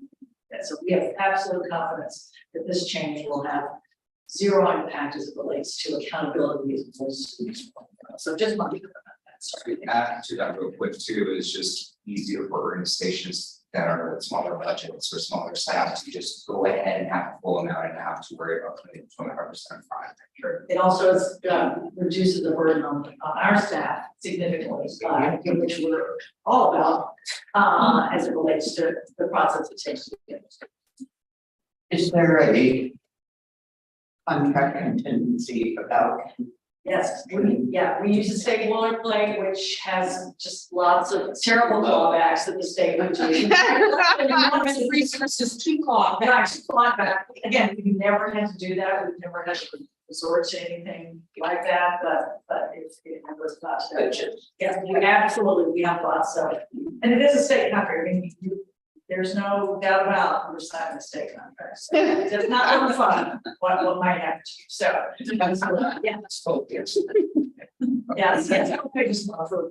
Yeah, it's sufficiently scary. I think is what she's saying. And the only other thing that we know at this point really is that we're wanting to create a unique requirement just for applicants coming out of Marion County, which is Indianapolis area. That's a pretty big divergence for us. Maybe not huge because we've had some precedent in this regard, but because it is the most populated part of the state, it's the most logical solution, and that priority would likely be around the project must serve a community with the least access to the arts, right? There's a lot of arts opportunities in Indianapolis, but what we've been striving for is more equitable access. That made sense to us. Does that make sense? Cool. Seemed to fly through the committee, so we thought, we'll just throw it on this song. How's everybody feeling about where we're at in this at this point? Pretty good? For your last comment, Chief, are you expecting from the larger organizations that aren't getting as much support that they're going to be upset with this change? I'm speaking directly about Marion County. It's so competitive in Marion County for project support that I don't think they would be surprised if they weren't funded, for one, because it's a real challenge. There were some years only 10% of applications got funded, 50% got funded this last year, I believe. Eric can always correct me on that, but I think what they might balk at is, well, having to specifically work with an audience that has the least access to arts opportunities because it may be out of their focus area. And I'm okay with that. I'm okay with that because it's not a large award, and there's so many folks that it could reach that would be impactful. I was just thinking of equity. Yeah. And actually, that's a great question, Ruthann, because frankly, we feel like if we don't make changes that target Marion County specifically, we won't ever penetrate and make change in areas that have least access, because we were able to fund so very few in Marion County period that we weren't getting to those communities. So, but it's a great question, and I think to Page's point, because it's project funding and because it is year over year, as it apply every year anyway, that most folks that apply feel like, especially in Marion County, that it's will add to that too, because we're trying to break it down more by zip code too, and when we look at that analysis of zip code surveys in Marion County, it's mostly concentrated downtown Minneapolis as well. So we're not surveying the east side of Minneapolis or underserved areas across the county that might need those services as well. Yes, and just one thing, so remember that APS is probably not being funding the larger organizations anyway, yeah, right? They're in AOS and then we do that structure, so. Thanks. Yep. Great. Any other questions?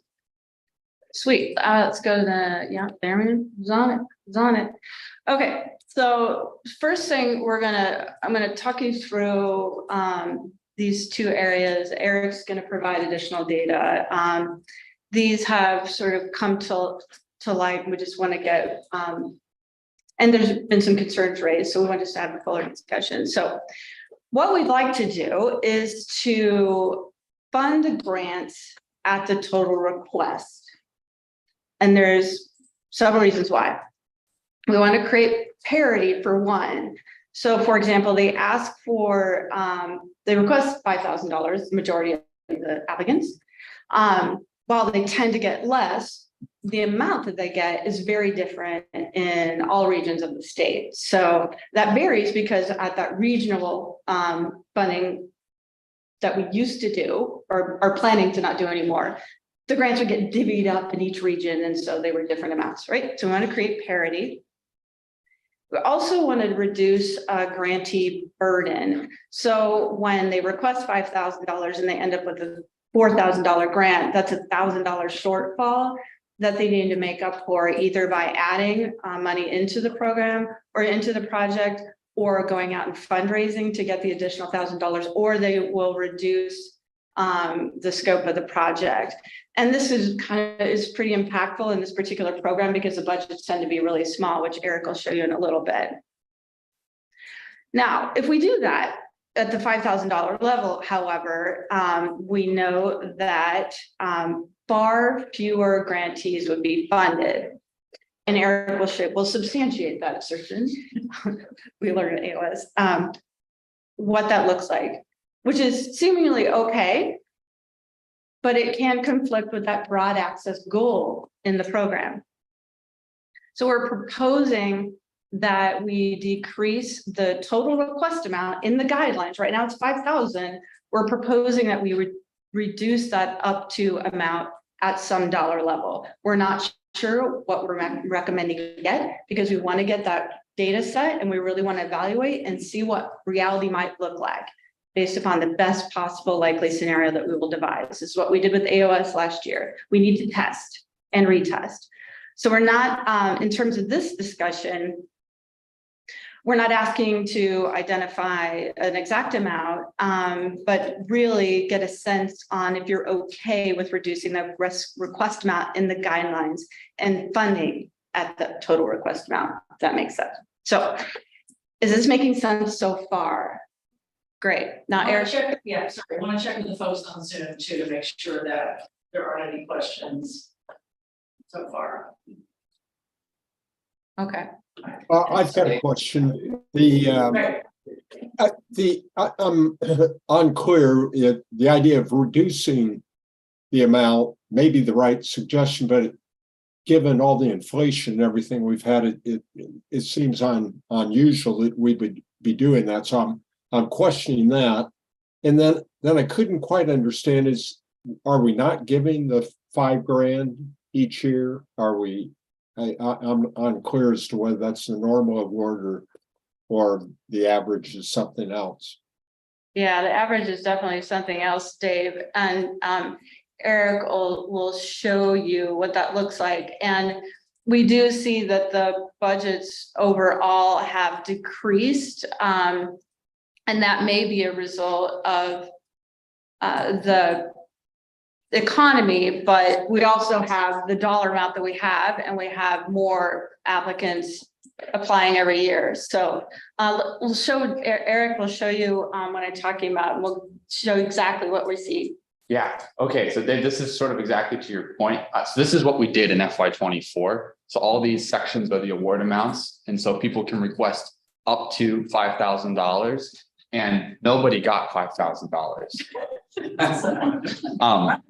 So I'll just say, but 88% of the applicants requested $5,000 and nobody got that. The highest award was $4,500.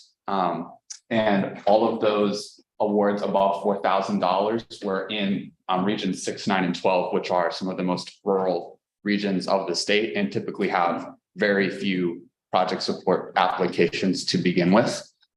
You want to provide a little bit of the logistics of why not everybody's getting the $5,000, the cinnamon. Yes, sure. So if we were to give everyone $5,000, there we'd be funding very few people that are eligible that scored plenty high enough to be considered for funding, which sort of contradicts the broad access purpose of APS. And so we work with the regional arts partners to figure out sort of how they want to divvy up the funding that's available in their region. And so some regional arts partners will want to do, we'll do 80%, we can get this many, some will do 79%, so we can do this many. So in each region, it sort of varies what the award amount actually looks like. And so this breaks down, Andre, if you could go back to the previous, thank you. This breaks down sort of how many organizations got which amount, and you can see $4,000 is typically what the award amount is. And over from FY17 to now, the average award is about $4,100. But most people are getting around $4,000. That's really where we're sitting. And most of those people are requesting $5,000 and getting $4,000. And to that point, one of the things we heard strongly in conversations and survey comments was they didn't understand why they didn't get what they asked for. That was okay to them. They thought that suggested that they were required to match, so they really didn't understand why.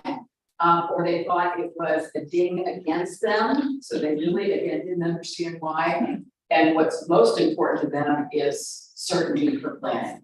And so the fact that they're going on through the process and then they get less, now they're in the jam that they might not have been in the jam for doing that. Renee, I'm sorry, No, I just wanted to clarify. I am going to say, so if I would have granted $1,300, it's total award that we would not be. if we make a change to fund at the full request amount, then absolutely. Right now, it's a little bit of the luck of the draw, what region you're in, how much you're gonna get. And that's because, again, we used to take the pool until this year we did as well, but we're recommending moving forward. We took the pool of money we had for APS and everybody got a corralled amount of money depending on your per capita. And so we saw a lot of variation from award sizes in project support. If you work in a more rural place, good for you, you've got more money. If you're more metro area, urban area, like Region 7, probably not, it was very competitive. So again, to Paige's point, try to create parity and equity. We're recommending we're putting everybody in the same Easter basket related to the amount of funding available and then how we allocate it. So sorry. Yep, absolutely. So just to recap why people aren't getting what they requested, so more applications can be funded, Yeah. so that we can spread the money more widely so that we're at least reaching as many projects as possible. Any other questions on that? Is that clear? This is what we're doing. This is what we just approved in June. This is how that shook out. Okay.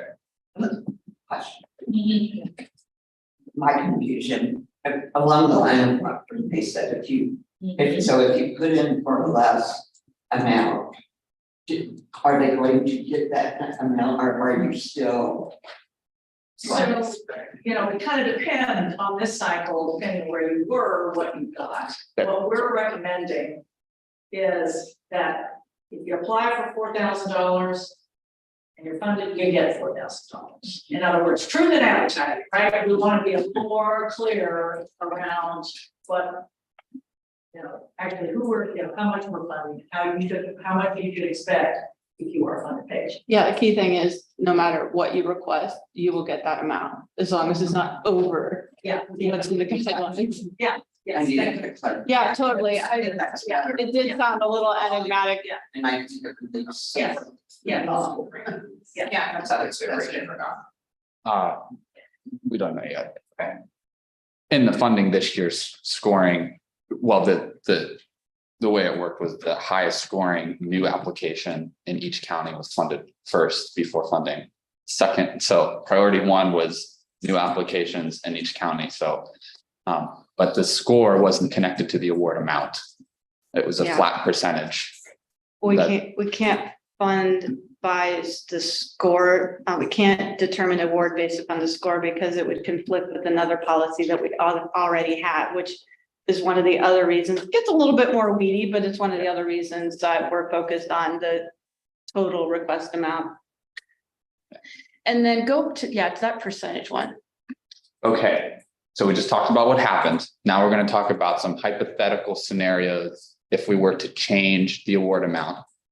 Assuming that we have the same situation that we had this year, budget cycle is biennial.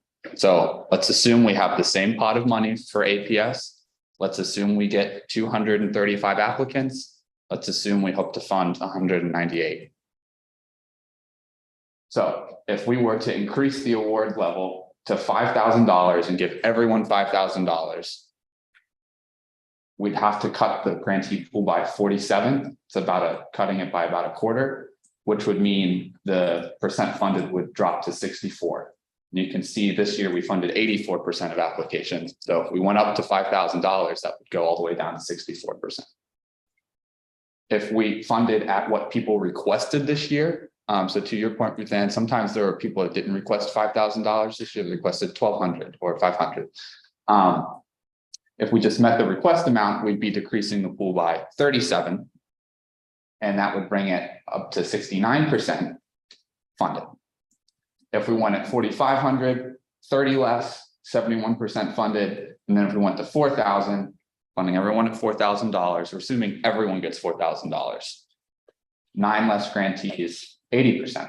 And you can see in FY23, 76% was what we funded 76% of the application. So in general, APS usually hovers between like low 70s and mid 80s. I will say 84% was a little higher than in most years because we had a little bit more money to put into the APS program. Yeah. So it typically isn't 84%. And that's sort of important to keep in mind as we discuss award amount changes.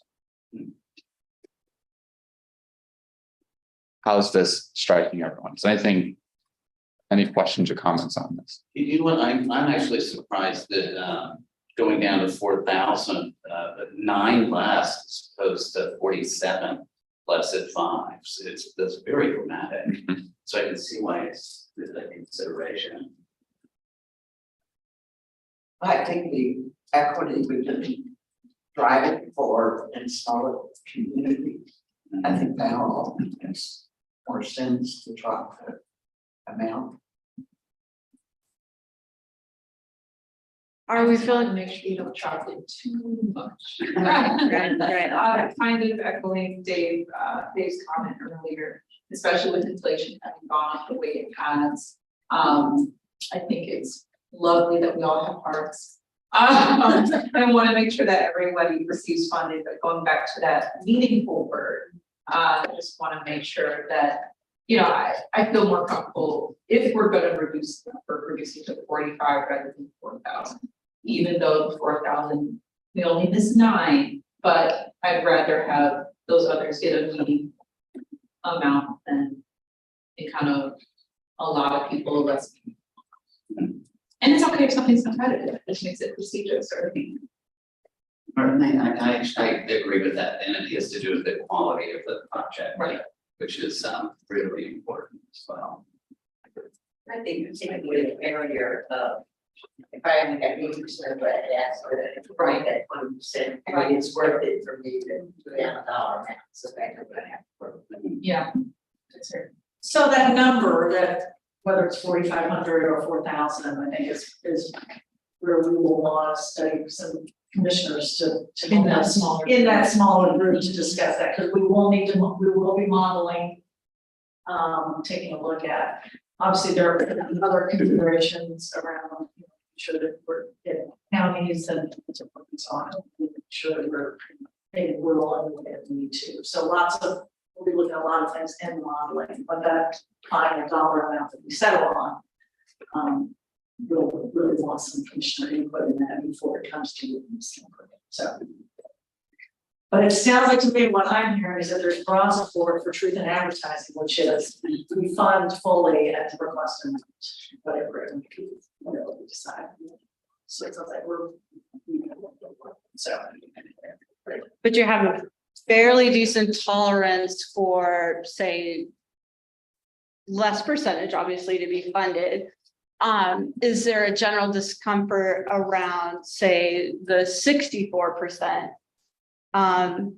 Being funded as opposed to some of these other layers. So just to get an idea, I mean, 4,000 and 4,500, the percentage might also find a little bit more clarity. So are you feeling like how competitive and impactful are we looking at making this change too? So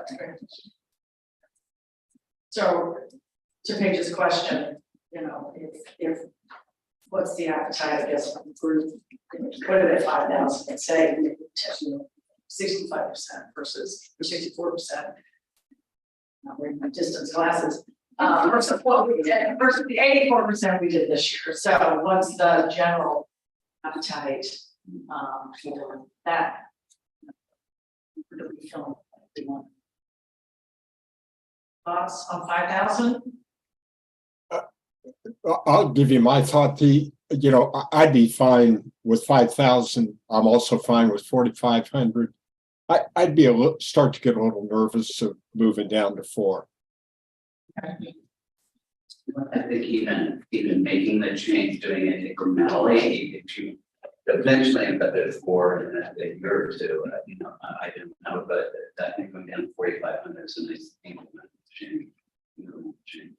Well, again, I think because particularly if we're communicating, we will see the request now. I'm with Dave. I don't have a strong feeling either with the 64% or the 71%. I'd be curious to have that. I mean, I'd be fine with the smaller group wrestling with that and making a recommendation. Probably convince me either way based on what you all dive into. And to be clear, we've never had a grantee say, no, I really, I'm not going to do it. I'm not going to do the project. I'm not going to do it with 4,000. I'm not going to do it with 5,000. They still take the award. And this has shocked me in the decade that I've been with the commission. We did this one program where they requested up to 20,000. Some got granted like $6,000. I was just like, whoa, that's huge. And they were like, all right, we'll take it. Yeah, I mean, there's a bit of power there though, like, coming from the nonprofit side, you're never, you know what I mean, you're never gonna be like, I'm not taking. You know what I mean? That's true. You bootstrap it, you figure it out, but there is, believe me, even if they're, yay, it strikes. Yeah, it's on the other end to figure out how in the world they're gonna make that project happen, or else they're gonna get funding from. If they can get additional funding, how they're gonna decrease the scope of if they're gonna be the heck out of that project. Or spend a lot of staff time finding funds to get it done. But as a funder, you're never gonna, they're just gonna paddle very curiously under the surface and look very happy and calm about it. 100%. All right, so let's tackle match. All right. Do you want to provide any context on match? Oh, heck yeah. Before, okay. I have context for match. So we originally were recommending that we go with the consultant recommendation to eliminate match in arts project support for the foreseeable future. But the executive committee raised some very valid and fair and important concerns. So we wanted to have a fuller discussion as well as provide additional information that we said we would do after we met with them. So at the current level, we eliminated the match like year by year since COVID because organizations were really struggling. And we also see that it is a trend in state arts agency to create more access to funding. But I do want to mention about what we did do. What does match mean in our program? So what that means is if an organization requested $5,000, they would have to match that request 1-to-1 with another $5,000. But half of it had to be cash. Half of it could be in kind, and in kind means anything that's donated by anyone other than the applicant. So pretty simple. The budget had to at least be $10,000, $2,500 of which could be in kind. Is that making sense? All right, cool. So Eric is going to show you what we currently see happening in the field since we have removed the match. Yes, okay, so we'll walk, this is post-match, and these numbers come from the final report. So these aren't the projections, these aren't what we thought, this is what happened, this is what was reported back to us. So I think one of the first key takeaways is that even without the match requirement in place, most of the organizations, 75% of them, are still meeting the cash match requirement, meaning that 50% of their grant award, they're already matching that with cash, with no requirement needed. Other big thing to keep in mind with these numbers is we're just talking about cash in both of these tables. There is no in-kind included. And so for those folks that you see that are the grant has essentially fully funded the project where the award amount equaled their total cash expenses for their project, those folks are probably not, it doesn't take into account in kind. And for those really small budget projects, we're talking $3,000, $4,000 arts projects, there's a lot of volunteer work, there's a lot of other things that need to happen to make that project roll, and that's not captured here. So important to note that, yeah, while the cash thing is matching, the in-kind isn't a piece of that conversation, which would probably mean that they are matching to a certain level with their in-kind component. And then thirdly, in that bottom box, bottom left-hand corner, you can see there that most of the projects are pretty small. There's a big bulk of them that are under $10,000 total, whole thing under $10,000. And I will also say that around a little over 70% of them are under $20,000. So there are very few big budget projects in this pool. And that reflects the applicant pool as well. There are not a lot of large organizations applying for this grant typically. And so that's another thing to keep in mind as we think about to match or not to match. Most of these projects are pretty small budget. Yes, and you can see there are 64% from FY21 to 23 that are fully matching it with cash. So let me ask you this, when we haven't required the match, but we require them to report on the whole project cost, is there an expectation that this grant does not fully cover their project? Or is there a scenario where this grant would entirely cover the project? There are some scenarios where that definitely happens. In terms of an expectation for that, because there is no match requirement, there's nothing that prohibits them from requesting $4,000 for a $4,000 project, and they make that happen. And we have usually a handful, I'd say 5 to 6 that will request something like $1,200 or $1,300. And they typically get funded in full because it's such a low amount that RAPs usually tend to want to make sure we fully fund those, because that's usually the entirety of the project. So there are a couple, and it's an option because there is no match requirement for those folks. So there are a couple scenarios where the grant is essentially the full project. So what I wrestle with is public taxpayer dollars fully funding projects and not having an investment by the community or by the organization or some other. So I don't know how to solve that. Yeah, so a couple of things from our point standpoint. One is, you know, there are organizations in the mix, all volunteer organizations that basically exist for one event a year. Right? And so they probably don't understand how to measure it in kind anyway, but the fact that they're all volunteer, fully funding it on all volunteer is at least a 1-to-1 match, if not more than that. Second, there are, again, plenty of models out in the field of examples where other states are allowing for some kinds of project 100% in kind match. There are also ones that graduate match. If your project is above this dollar amount, you have to do X match. If below this dollar amount, you do Y match or side organization, same kind of split. So there are a lot of ways to massage this. But I don't think there'd be any situation where you find yourself, or it's very unlikely to find a situation where you find yourself fully funding with no other support. Because of the nature of volunteer, because of the requirement of community engagement, because of the fact that these projects are largely events that are filling, especially if you're filling a need in rural counties that don't have other support, then there's larger impact there that makes my impact. Curious what other commissioners' thoughts are on that. I expressed my views in the committee before, which was that I'm less worried about because of the communities, especially in our region, that don't get involved because they don't know how to do the match. So immediately it just falls off the radar. It's literally happened in the last couple of months of trying to explain how that process works in grant writing.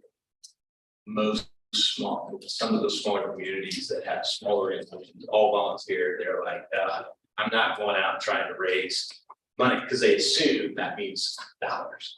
And so they don't even get started. So I like the idea because of that concept, because of what we're trying to do. I feel like Dave has an opinion on this.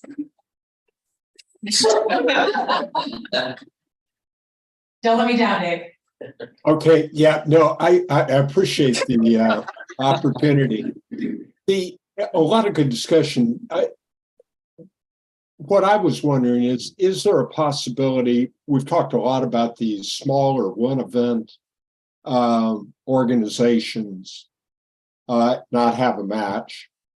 That I think would be fine. But I think beyond that, you would think that a match is good. Having skin in the game is typically a way to have the project oftentimes be even more successful. So is there a way to do a carve out with some of these smaller situations, but still have the match on the rest of it without a lot of complexity? Any other online opinions? I'm curious, and I don't know if this is data that is currently available, but prior to 2021, was everyone still requesting the maximum amount? I know it said that you guys said it seemed like most of the requests were now for the maximum amount of 5,000. So I'm wondering if we saw that happening when they had to do the match also. Great question. Ruby has a comment. I think to answer Azizi, if you all have that first, and then I can share a little bit of additional insight. We don't, but I don't often see applicants not requesting the full amount. But I'd have to look at the actual data to confirm, but I would doubt that there would be a difference. Except for the organizations that are smaller, they would ask for a lesser amount, but I think we would have to do field research to determine exactly what Chad's saying, which is maybe they just don't apply. It could be the reason we get so many repeaters. Yeah, that was going to be something that I wanted to add just for consideration in terms of the cash match, is that it has been found to be a barrier for smaller organizations that are more community-led. And I think the movement around the field, especially in the wake of the pandemic, is that as funding continues to be a finite source, What are other ways to show investment? What are other ways to show service? Also thinking about underrepresented and often under-resourced communities or identities of audiences that are trying to be engaged. You know, they not have the resource to provide a cash match. And I think if nothing else, you know, going to a modified match program or an in-kind and helping people understand what that means, or doing the work of just analyzing the data that comes in to see how it's showing up, and then building a program to suit or to be able to meet the applicants where they are versus forcing them into a process that makes us feel comfortable, I think is really the direction nationally. As Sarah said, you know, a lot of funders eliminated the match and are not going back. And that has really created more equitable support for the participating organizations. And it also opens the barrier. So you're not going to know who's applying because they're just not going to apply, and they're going to figure out how to work within their means, and they don't need to access the brand, and then they don't back the program.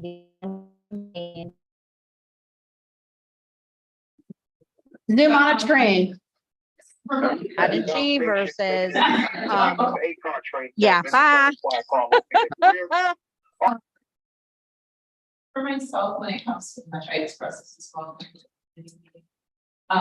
I'm not as troubled by not having a match. One, because the amount is so small. I feel like I would be a bit more concerned if we were writing $20,000 grants with absolutely no teeth in the game, you know, skin in the game, not the t-shirt.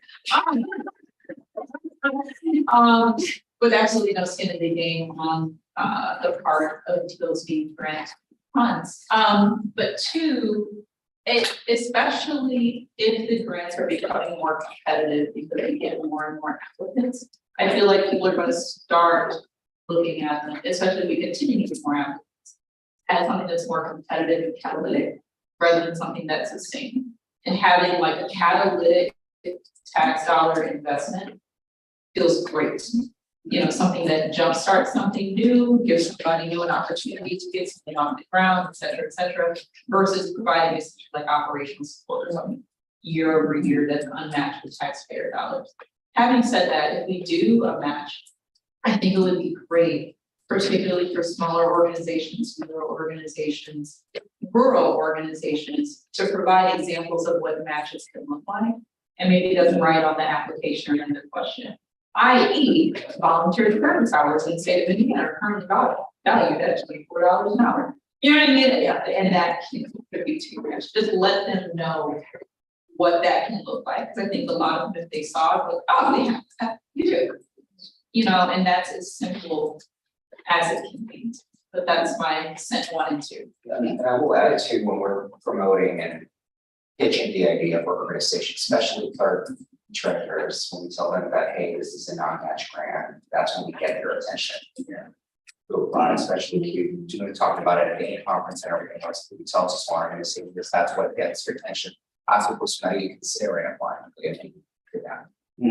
To your point, Rana, we've actually talked about internally, is there a way to build within the application itself, we capture the number of volunteers for an event and calculate, you know, help, especially small grantees, make those calculations themselves and actually determine some match, help them do that as opposed to asking them to do it, which we know that it is a barrier. So we're talking internally about how to do that as well. So I'll just say that when I was managing the Region 7 APES grants pre-pandemic, we had a match. We had a one match, but 50% of it could be in kind, 50% of it could be cash.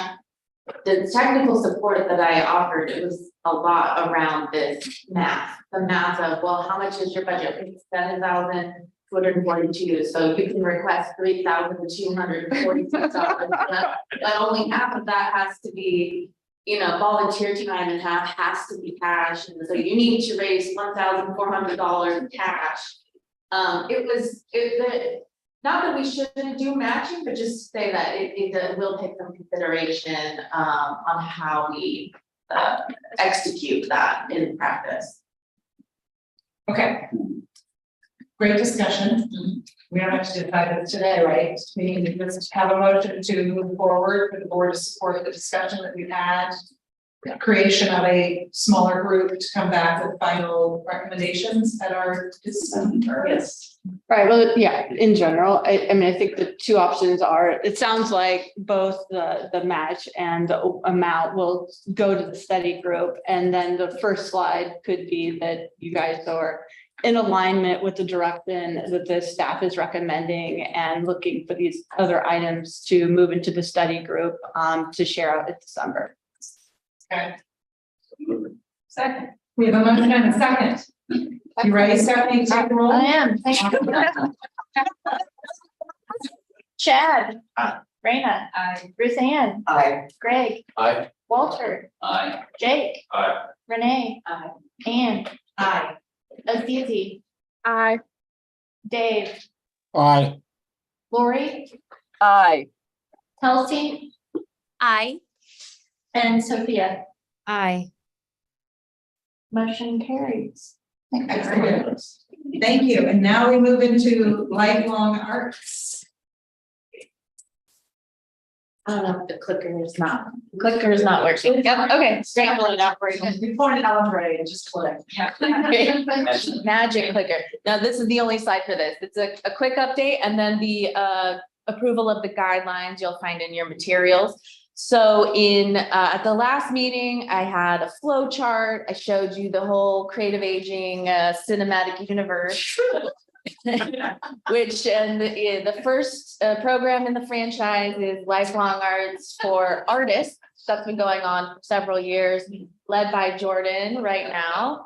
And that's going really well underway. 45 artists were trained and have applied for their fellowship, modeled a lot after On-Ramp, where there's a training component followed quickly by a fellowship. They can put that training into practice. Jordan is managing that, and that is well underway. And at the last QBM, you all voted to approve and approved deferral of the selection and fellowship funding to the selection committee. So that is all well on its way. The second program in the franchise is my program, the Lifelong Arts for Aging Service Providers, Aging Services. That is senior centers, libraries, YMCAs, nonprofits at which seniors seek services. They're already going there. We want to add infuse in arts opportunities. So we are funding those organizations to request projects led by artists at their site. That's also going well. We have done 2 trainings for these folks, aging services providers, to understand how to find an artist, how to design a program, and why it's so beneficial to their senior clients. So that program is going really well and well on its way. And the third program that we're talking about today, excited to announce that we did receive $95,000 grant from the National Assembly of State Arts Agencies to expand the franchise. And the third program run by Paige Sharp will be for arts organizations. So those nonprofits that have arts as their main mission, they can start to develop through these grants of $20,000, start to develop sustainable programming for older adults within the infrastructure of their arts organization. So we're looking for organizations who really want to commit to this work. We will provide them training and everything they need to know more about designing the programming, but it should be something that fits really well into what they're already doing in their community. So that is the program for which we are about to launch. We've got the guidelines in front of you. Anything else you want to add about this program? So they'll receive some training and then the funding to design, develop, and implement a pilot program in their organization. We're looking to fund only 4 organizations in the state to really be the leaders piloting the program and become mentors, hopefully long-term, in this creative aging growing field. Any questions on the guidelines for lifelong arts for arts organizations? How'd you come up with them? What? How did you come up with the number 4? It's based on the budget. Now we have 95,000 and four $20,000 grants takes up the majority of the grant that we received from National Assembly of State Arts Agencies. I wonder if there's ways to build on that over time, and then expand that out, because 4 is not a certain state. Oh, I know. We would love that. Paige and I talked about this. This is really a stepping stone, hopefully, where we learn from working with these organizations, and then they learn from working with our trainers, and then together we can figure out how they share out at our statewide conferences and how they can start to build the field as leaders in creative aging. And then we can learn how we can best continue this work. Yeah. It's a great first Hopefully. step, so yes. Yeah, first step. All steps. And part of that budget will go to research, so we can share the efficacy of the general cinematic scope and organization side. So, and yeah, we for sure have them sharing to inspire others. That'll be And I great. just want to note for the record that all 3 directors of our 3 installments from our Lifelong Arts Cinematic Universe are listening. So for the record, all the Yes, yeah. all the So we need to approve the updated guidelines for like. Yeah, these are new guidelines for our new program launching next week. That's what I will entertain a motion. So we have a motion, we have a second? Second. All right, Stephanie, will call the roll, please. Great, thank you. Chad, Aye. Raina, Aye. Ruth Ann, Aye. Ray, Aye. Walter, Aye. Jake, Aye. Renee, Aye. Anne, Aye. Azizi, Hi. Dave, Aye. Lori, Aye. Kelsey, Aye. and Sophia. Aye. Thank you, motion carries. Wonderful. All right. Fellowship for Creative Teaching also featuring. So me. A lot of coffee. So excited to update you on the Fellowship for Creative Teaching. You may also know it as our partnership with the Indiana Department of Education. And so the Fellowship for Creative Teaching is a kind of year-long program starting with the selection of a cohort of teachers. And these are non-arts teachers. They applied to be in the cohort and they go back, not ready yet. They applied to be in the program. They receive online learning alongside artists and arts ISC staff. And then in the summer, we had one moment to come together in person. Majority of it is online. They're from all over the state. So that's the most efficient way. But we did say, let's get together in person. And so we did that in July at Franklin College. And that day, those 2 days we had was called the Creative Teaching Summer Institute. We also invited in other teachers to join us while we were doing a lot of our learning. Back in March, we selected this group of 20 fantastic teachers from all over the state. They applied. It was very simple, just telling us who they were and why they wanted to incorporate the arts into their work as a teacher and into their teaching practice. And Kelsey helped on the committee along with our partners at the Department of Education. And now here's the 20 teachers selected from the cohort, and they really are from all over the state. This is one of the most geographically diverse groups I've seen pulled together, and I'm really excited. They're holding these art projects. They did like an art exchange where they worked on it all summer, creating an art project for another person. And they exchanged it when they were in person. And it's not just any art project they made for that person. The person described a beloved childhood object via Zoom, where they just talked about a beloved childhood project. And the other person made that from kind of everyday objects in their house. And they exchanged it. And Paige was there. I missed it. But it was a very heartfelt moment. Yeah, it really was. People got weepy. People were like, I have no idea how to think visually, so I used a computer and I was like, I don't know. People not think visually, that's so weird to me, but I mean, they spent so much time. It was incredibly meaningful and very bonding for this group. Yeah, so we had a good time connecting when we were in person. And so here's our 20 cohort, next slide. And for the 2 days of the Summer Institute, we led them through tons of hands-on artistic practices because we thought, you know, these teachers need a little bit of permission to just feel like an artist and feel creative and give themselves that label that like I can involve myself in creative practice because for non-arts teachers, it's not always the easiest thing to get started in. So we spend a lot of time just doing the artwork. Our kind of MC for the day, Lakeisha Green from the Wagon Wheel Theater in Warsaw, not too far from here. She led us through lots of fun hands-on movement kind of activities. Next slide. We really focused on learning about making sure everyone walked away with a good definition of arts integration. Again, at the last meeting, I showed you the progression of arts education programming over the years here at the IAC. We started with PACE, and through PACE, the Partnering Arts Communities in Education, we found that the research showed arts integration is very impactful for students in Indiana. So we want to keep amplifying that message out that arts integration, that a non-arts teacher can utilize the skills and practices of the arts to help their students learn in all aspects in the classroom. So we want to make sure everyone walked away with a good definition of that arts integration, that they felt confident in planning an arts integration lesson.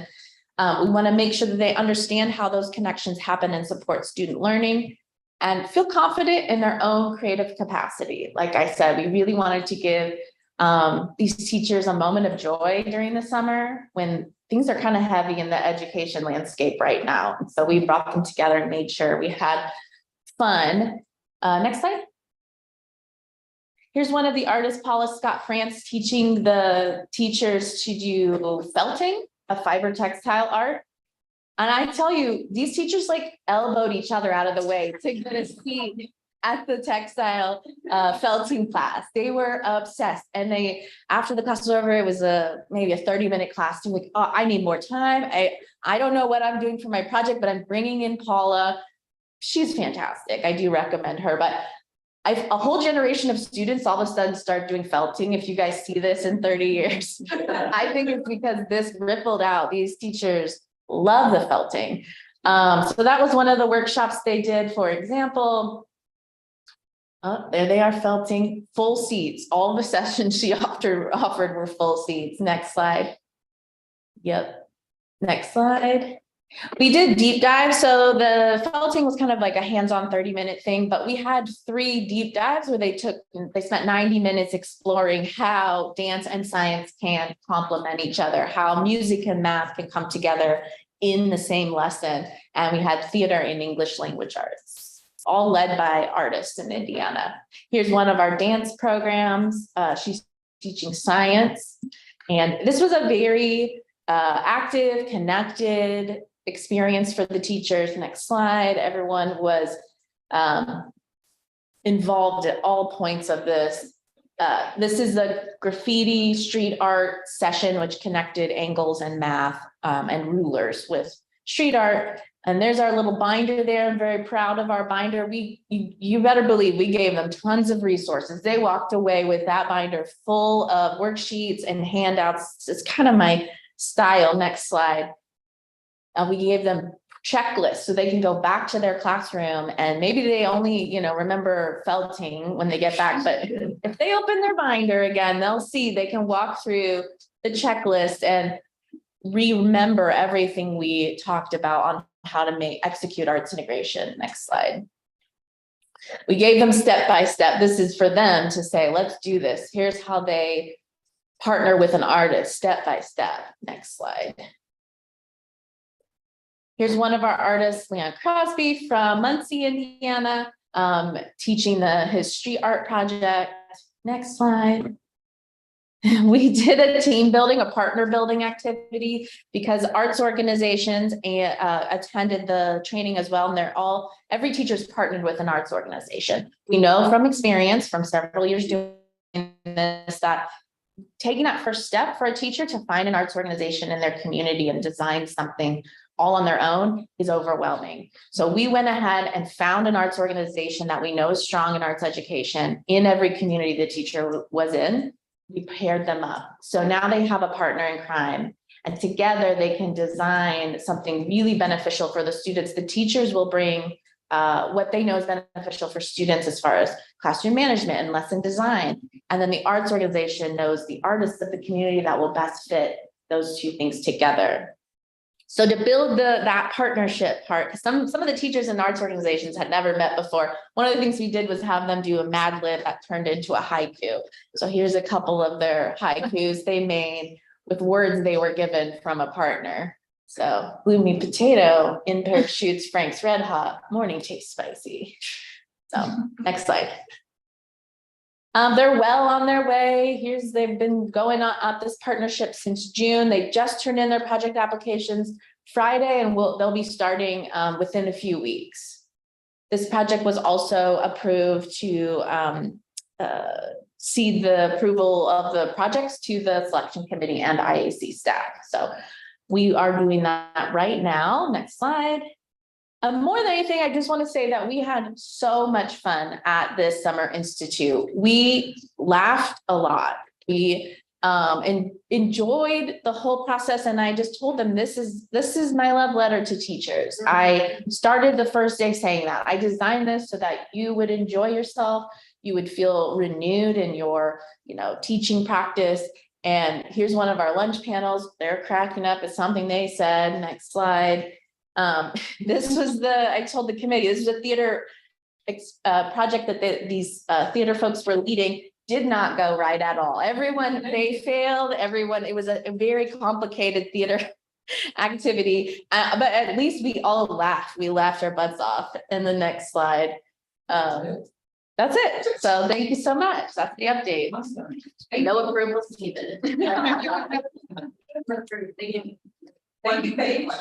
Oh, yes. I know you did that group funding, but I was just curious how many actually. 50. 50. Yeah. And for our first year, I feel good about that. I think we'll get the word out and that's awesome. it'll grow. Yeah.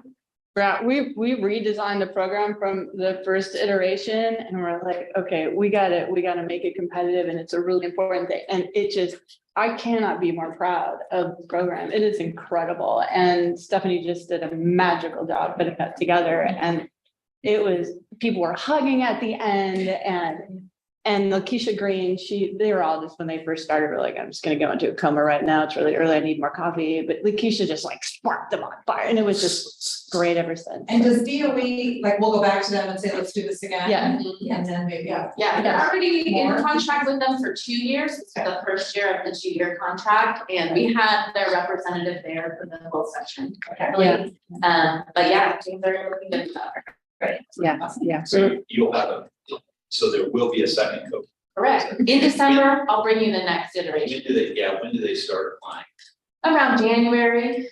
Yep. And so we'll select them in March to start in May. Nice. Thank you. No, somebody you wanna?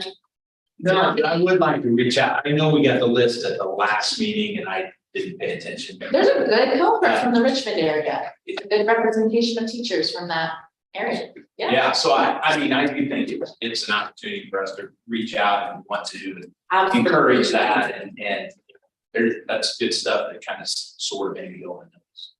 Yeah, we even shared the list of where the teachers are from that were selected.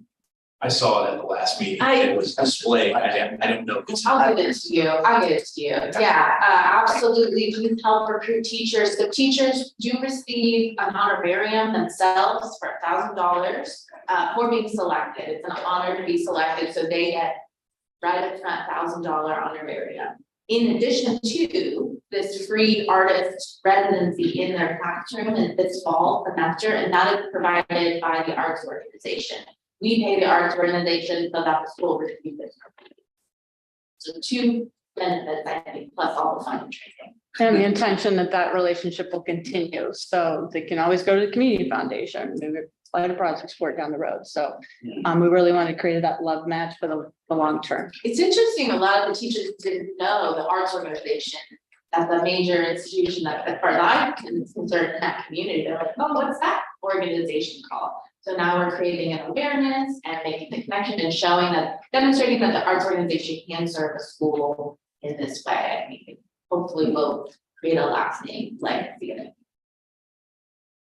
Great. So cultural district program, creative convergence update, very briefly. we are continuing to work with the Indiana Communities Institute, which is a part of Ball State. We had piloted this workshop. It's creative community development, which is basically on a pathway to becoming cultural districts. So they've been evaluating the guidelines. They've done some really great research with an economist, gathering additional information. So at this juncture, our intention is to convene the study group here in the next month or two with a new iteration of guidelines to bring to the commission in December.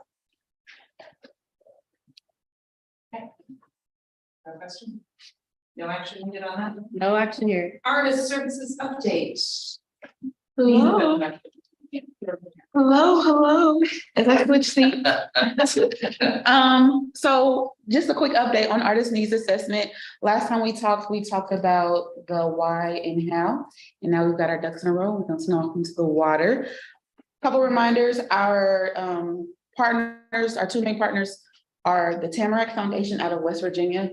We partner with them because of the similarity of the state makeup with rural and metropolitan areas, as well as they also have a creative accelerator for entrepreneurs, creative entrepreneurs that Elaine also leads with them. And they also host listening sessions. And then Elaine is partnering with us and she's helped us design the target demographics, as well as she will help us design our survey, as well as our program that will be implemented because of this assessment. Other partners that we have, facilitators that will be leading these listening sessions are 4 artists, as well as myself and Eric. Those artists are either a current on-ramp participant, 2 past on-ramp participants, and another contractor that we've consistently worked with Lifelong Arts. And so we're excited to get that training underway. We start this evening. Fun Friday night. But that is what we have there. And then our hosts, our regional arts partners are going to act as our hosts. We have 10 out of 11. I'm going to circle back and get that 11. You be sure of that. But they are acting as our hospitality hosts. And so they also are having a subcontractor acting as a community organizer who is also an artist that they selected that will recruit the artists to participate within that listening session. And those listening sessions will consist of either 12 to 16 artists, depending upon the population density of the region. What else? The program itself will be held throughout October and November. There's a list of dates that I can get you all, but the program itself will consist of a welcome of 30 minutes with an activity hosted by that community organizer, welcoming the individuals that they've invited to participate, the 90-minute listening session itself, and then a concluding 60-minute networking session for the artists because they want to get to know each other. We're going to host our pilot session in Region 7 at the Indie Arts Council office. And the individual Candy Workman will host that for us. And we're excited to get that. It's going to be on September 29th at 5:30. I know you guys want to come. So we're keeping it real intimate because I want them to be able to speak freely and not be intimidated by the amount of people in the room.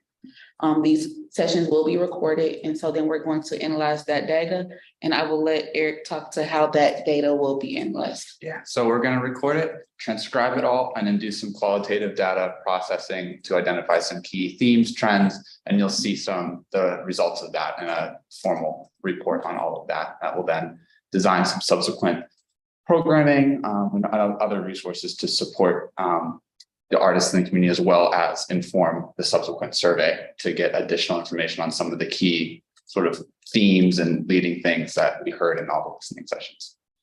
Yes, thank you, Eric. And so just to iterate, the phase 1 is the facilitator training. Phase 2 is the convening. Phase 3 is the survey. Phase 4 is implementation and design and implementation of our FY25 Artist Services Program. Any questions? Thank you. Thank you. Okay. Are we doing, Regional Arts Partnership Consortium report from Anne? Actually, Yeah, good morning, everyone. Can you all hear me well? Yes. All right. Well, this is very easy for me because between Paige and Eric talking about all of the data that came out of final reports for AOS and APS, and hearing about the artist's assessment need, which is the next big project that we're all working on for the IAC. There's not a lot else to cover in terms of our direct work for the Indiana Arts Commission right now. I will say that some of the questions that Ruby and Sarah referenced in the study that they've been doing are really important to us right now as well, and we're discussing them too. How do we make sure that the services of RAPS are consistent across regions, that we're all offering the same support and delivery, and that's really important when we're talking about making sure that everybody who's applying for grants is getting the same information, the same attention, that you're not disadvantaged or advantaged by being in various regions. Another question that's come up in some of our conversations has been the fact that each RAP looks a little different. So I'm with an arts council. We have community foundation partners. We have folks who are really contracted in just to do this work. And so making sure that there is more clarity in terms of what the regional arts partners as an organization, what leadership understands in terms of expectations of the folks who are actually doing the work as the regional arts partner. I think that this is my last meeting. I think I'm about to no longer be the chair. I will certainly miss the opportunity to listen to all of you, and I appreciate how thorough and thoughtful you are when you're thinking about the folks who are really doing this work all over the state. That's who I work with on a daily basis. That's where, you know, obviously my heart and my attention are all the time. So knowing that the IAC and you all care so deeply about making sure that you're fulfilling that arts everywhere, every day for everyone charge is really great. So I think that's all I've got. I love being at the end of an agenda, truly, because everybody said everything already. So if you have any questions, or if you want to connect with the RAP in your region, we're always available. We're always eager to connect with you. Don't hesitate to reach out. Thank you, Ian. Yes.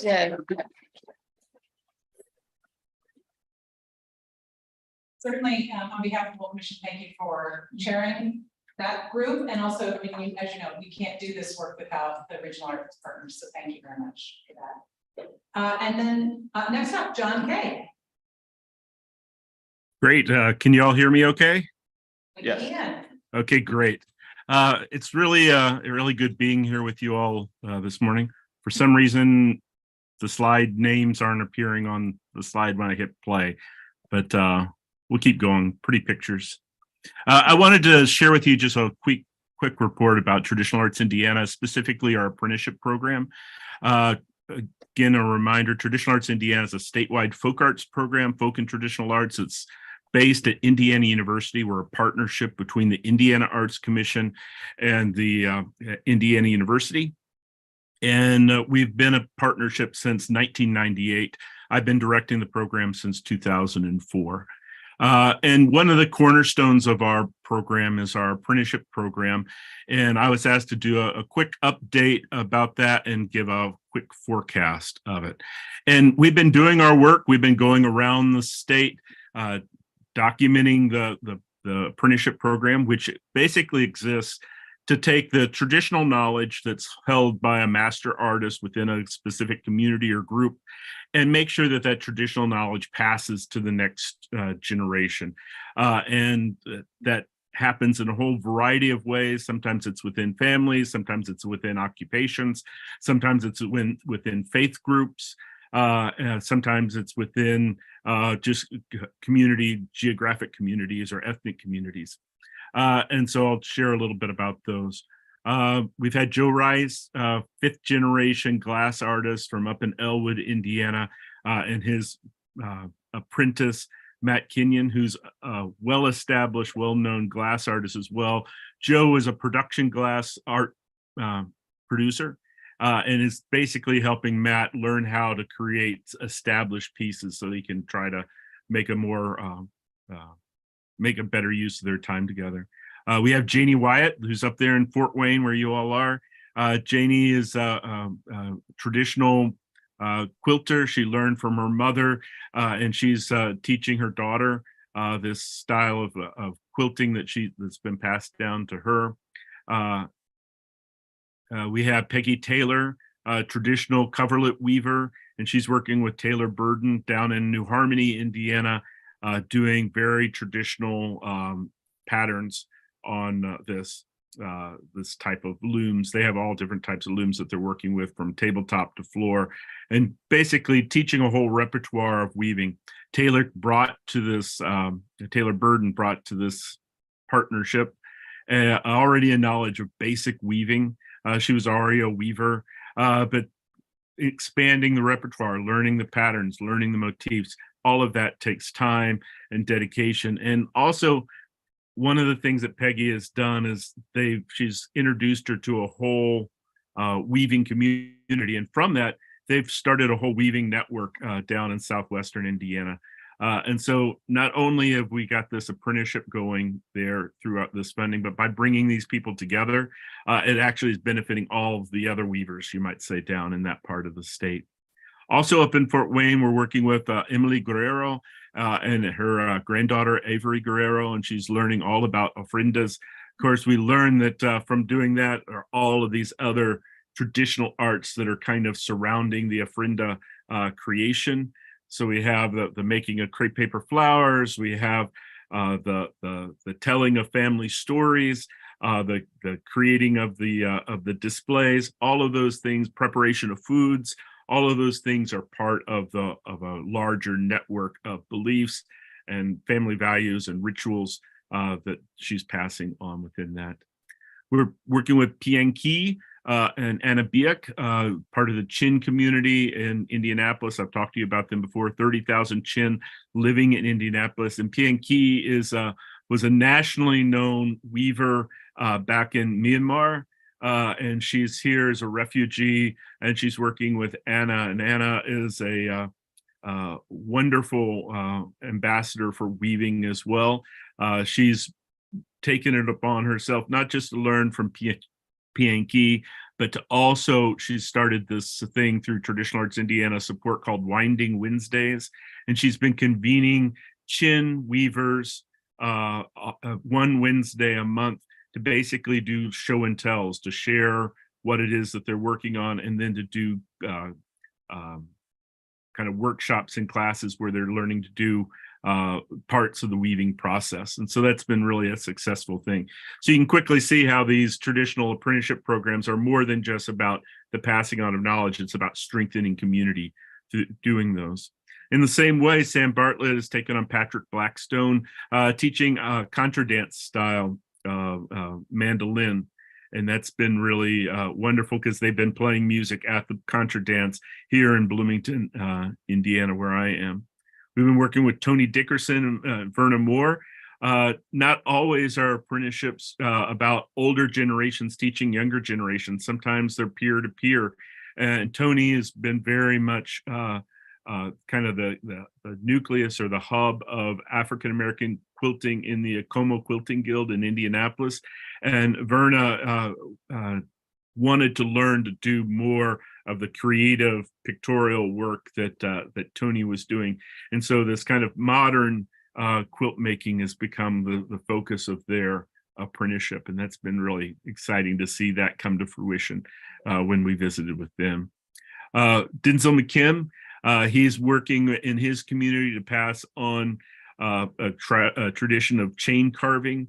He's carving out of wooden chains that was once really common in southwestern Indiana or southern Indiana, and now is virtually gone. And the idea of passing that on to a new generation is great.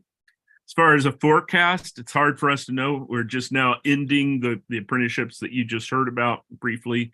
But I've got ideas. We just finished about a year ago, we finished a folklife survey of the Fort Wayne area, working with community scholars up there. And so some of those some of the future apprenticeships might include ballet folklorico, it might include piñata making, it might include Karnak Dancing. These are all artists that we've worked with up there. It also might include, I stopped in and visited with the folks at Clay City Pottery, Cheryl Willems and her grandson, the idea of maybe this 5th or 6th generation pottery business there in southern Indiana, the idea of that passing on to the next generation. I started talking to her about the apprenticeship program, and her grandson came up to me and he all of a sudden started recounting the whole family history of pottery and got so excited about the idea of learning to make pottery. Or I've been doing work with these bull hewers over in Terre Haute, Indiana, and one of the almost all of them are old men in their 80s making these wooden bowls.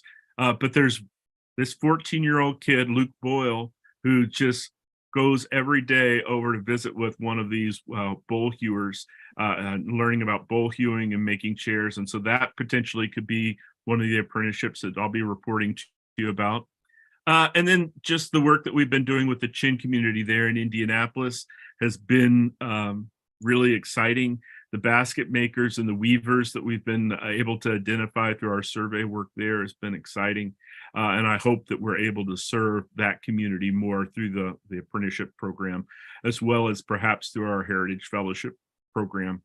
I should say that in addition to that, Maya has instructed me to basically find something to surprise her with. And so I won't preempt by doing any forecast of what that might be, but we'll try to find something that's more than quilts and more than wood carving and more than baskets, and see if we can find something that might surprise the group.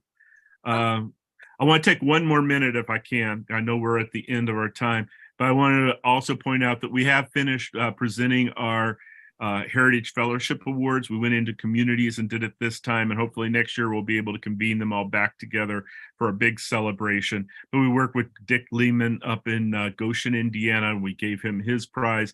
He's a Michiana potter, basically kind of the one of the pioneers or founder of a whole aesthetic style up in that part of the state.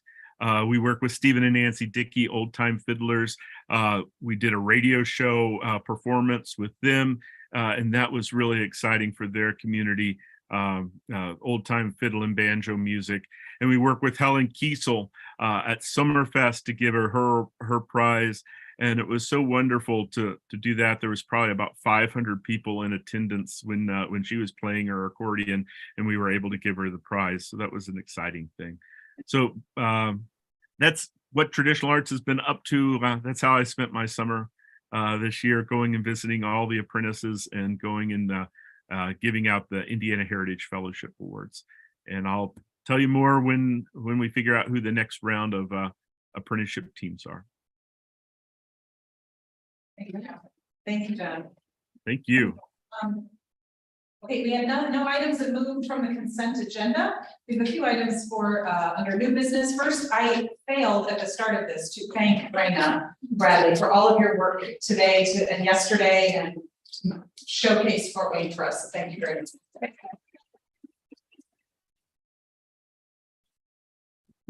We have a staff update. All right, so I guess I will stand up for this and I guess just sharing an update. So after a lot of thought, like hours and hours of thought, I have decided to pursue basically go back to school and pursue a career in nursing, which is a big jump from my original degree path was in vocal performance and theater. So making a big shift there, but I knew I would stand up and probably like absolutely blank once I stood up too. Forget having a performance degree, it's just like so I did want to make a few points though, that I just absolutely loved working with this team, and part of the difficulty in making this decision is just because I work with such an incredible group of people in the office with commissioners, regional arts partners. I mean, it's really been astounding. And as someone that grew up in a community where I didn't have as much access to the arts as I see in our communities here, It's fulfilling like this like inner like child for me, to see, people be able to have access to the arts that I was quite able to have myself.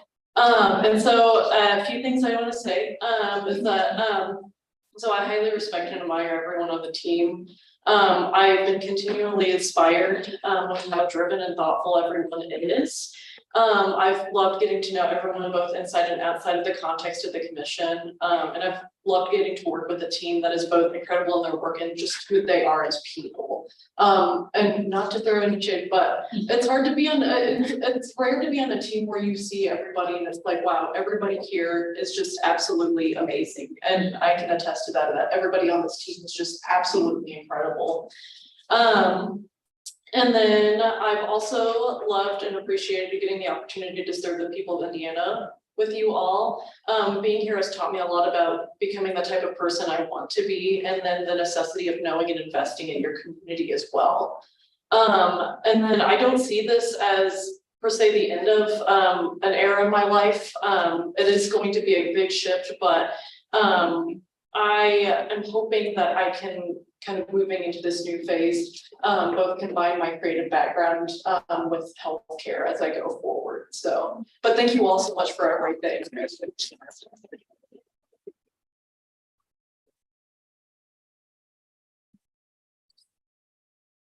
Okay, next we have a request for some public comment. Philip? Yes. Philip Holtweiser, everyone who runs the Brooklyn Civic Theater. So just a few things. I know where your task is so large. And through the years, I've been on panels, I've been in supporting artists at one time, worked with Penny over the years, and so I'm not wanting to preach to the choir. But what has happened for the Civic Theater, the time we applied, we didn't get cut from the beginning, but we got cut through the process. Arts United has switched from a funding entity to a service entity. So combined, we just lost over $84,000. And to create new programs when we're just trying to focus and still being in a deficit from COVID with 10,000 people attending, new programs is not an option.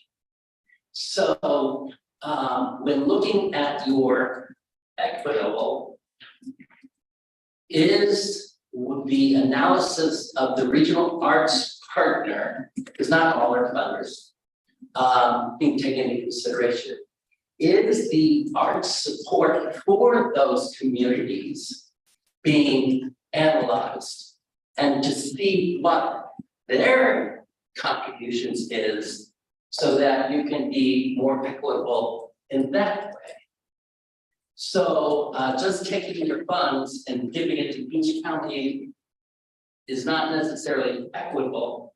So I think there's a combination of that, the help of the art support of the community, as well as per capita. I think there's a combination. So so hopefully through refinement that can be taken into consideration. As far as no one complaining, they're complaining if they're not a doctor. So there is that response. They're not going to complain if they're getting the money. But if that's, and I agree with Sarah, when she says, taking the impact and doing it gently.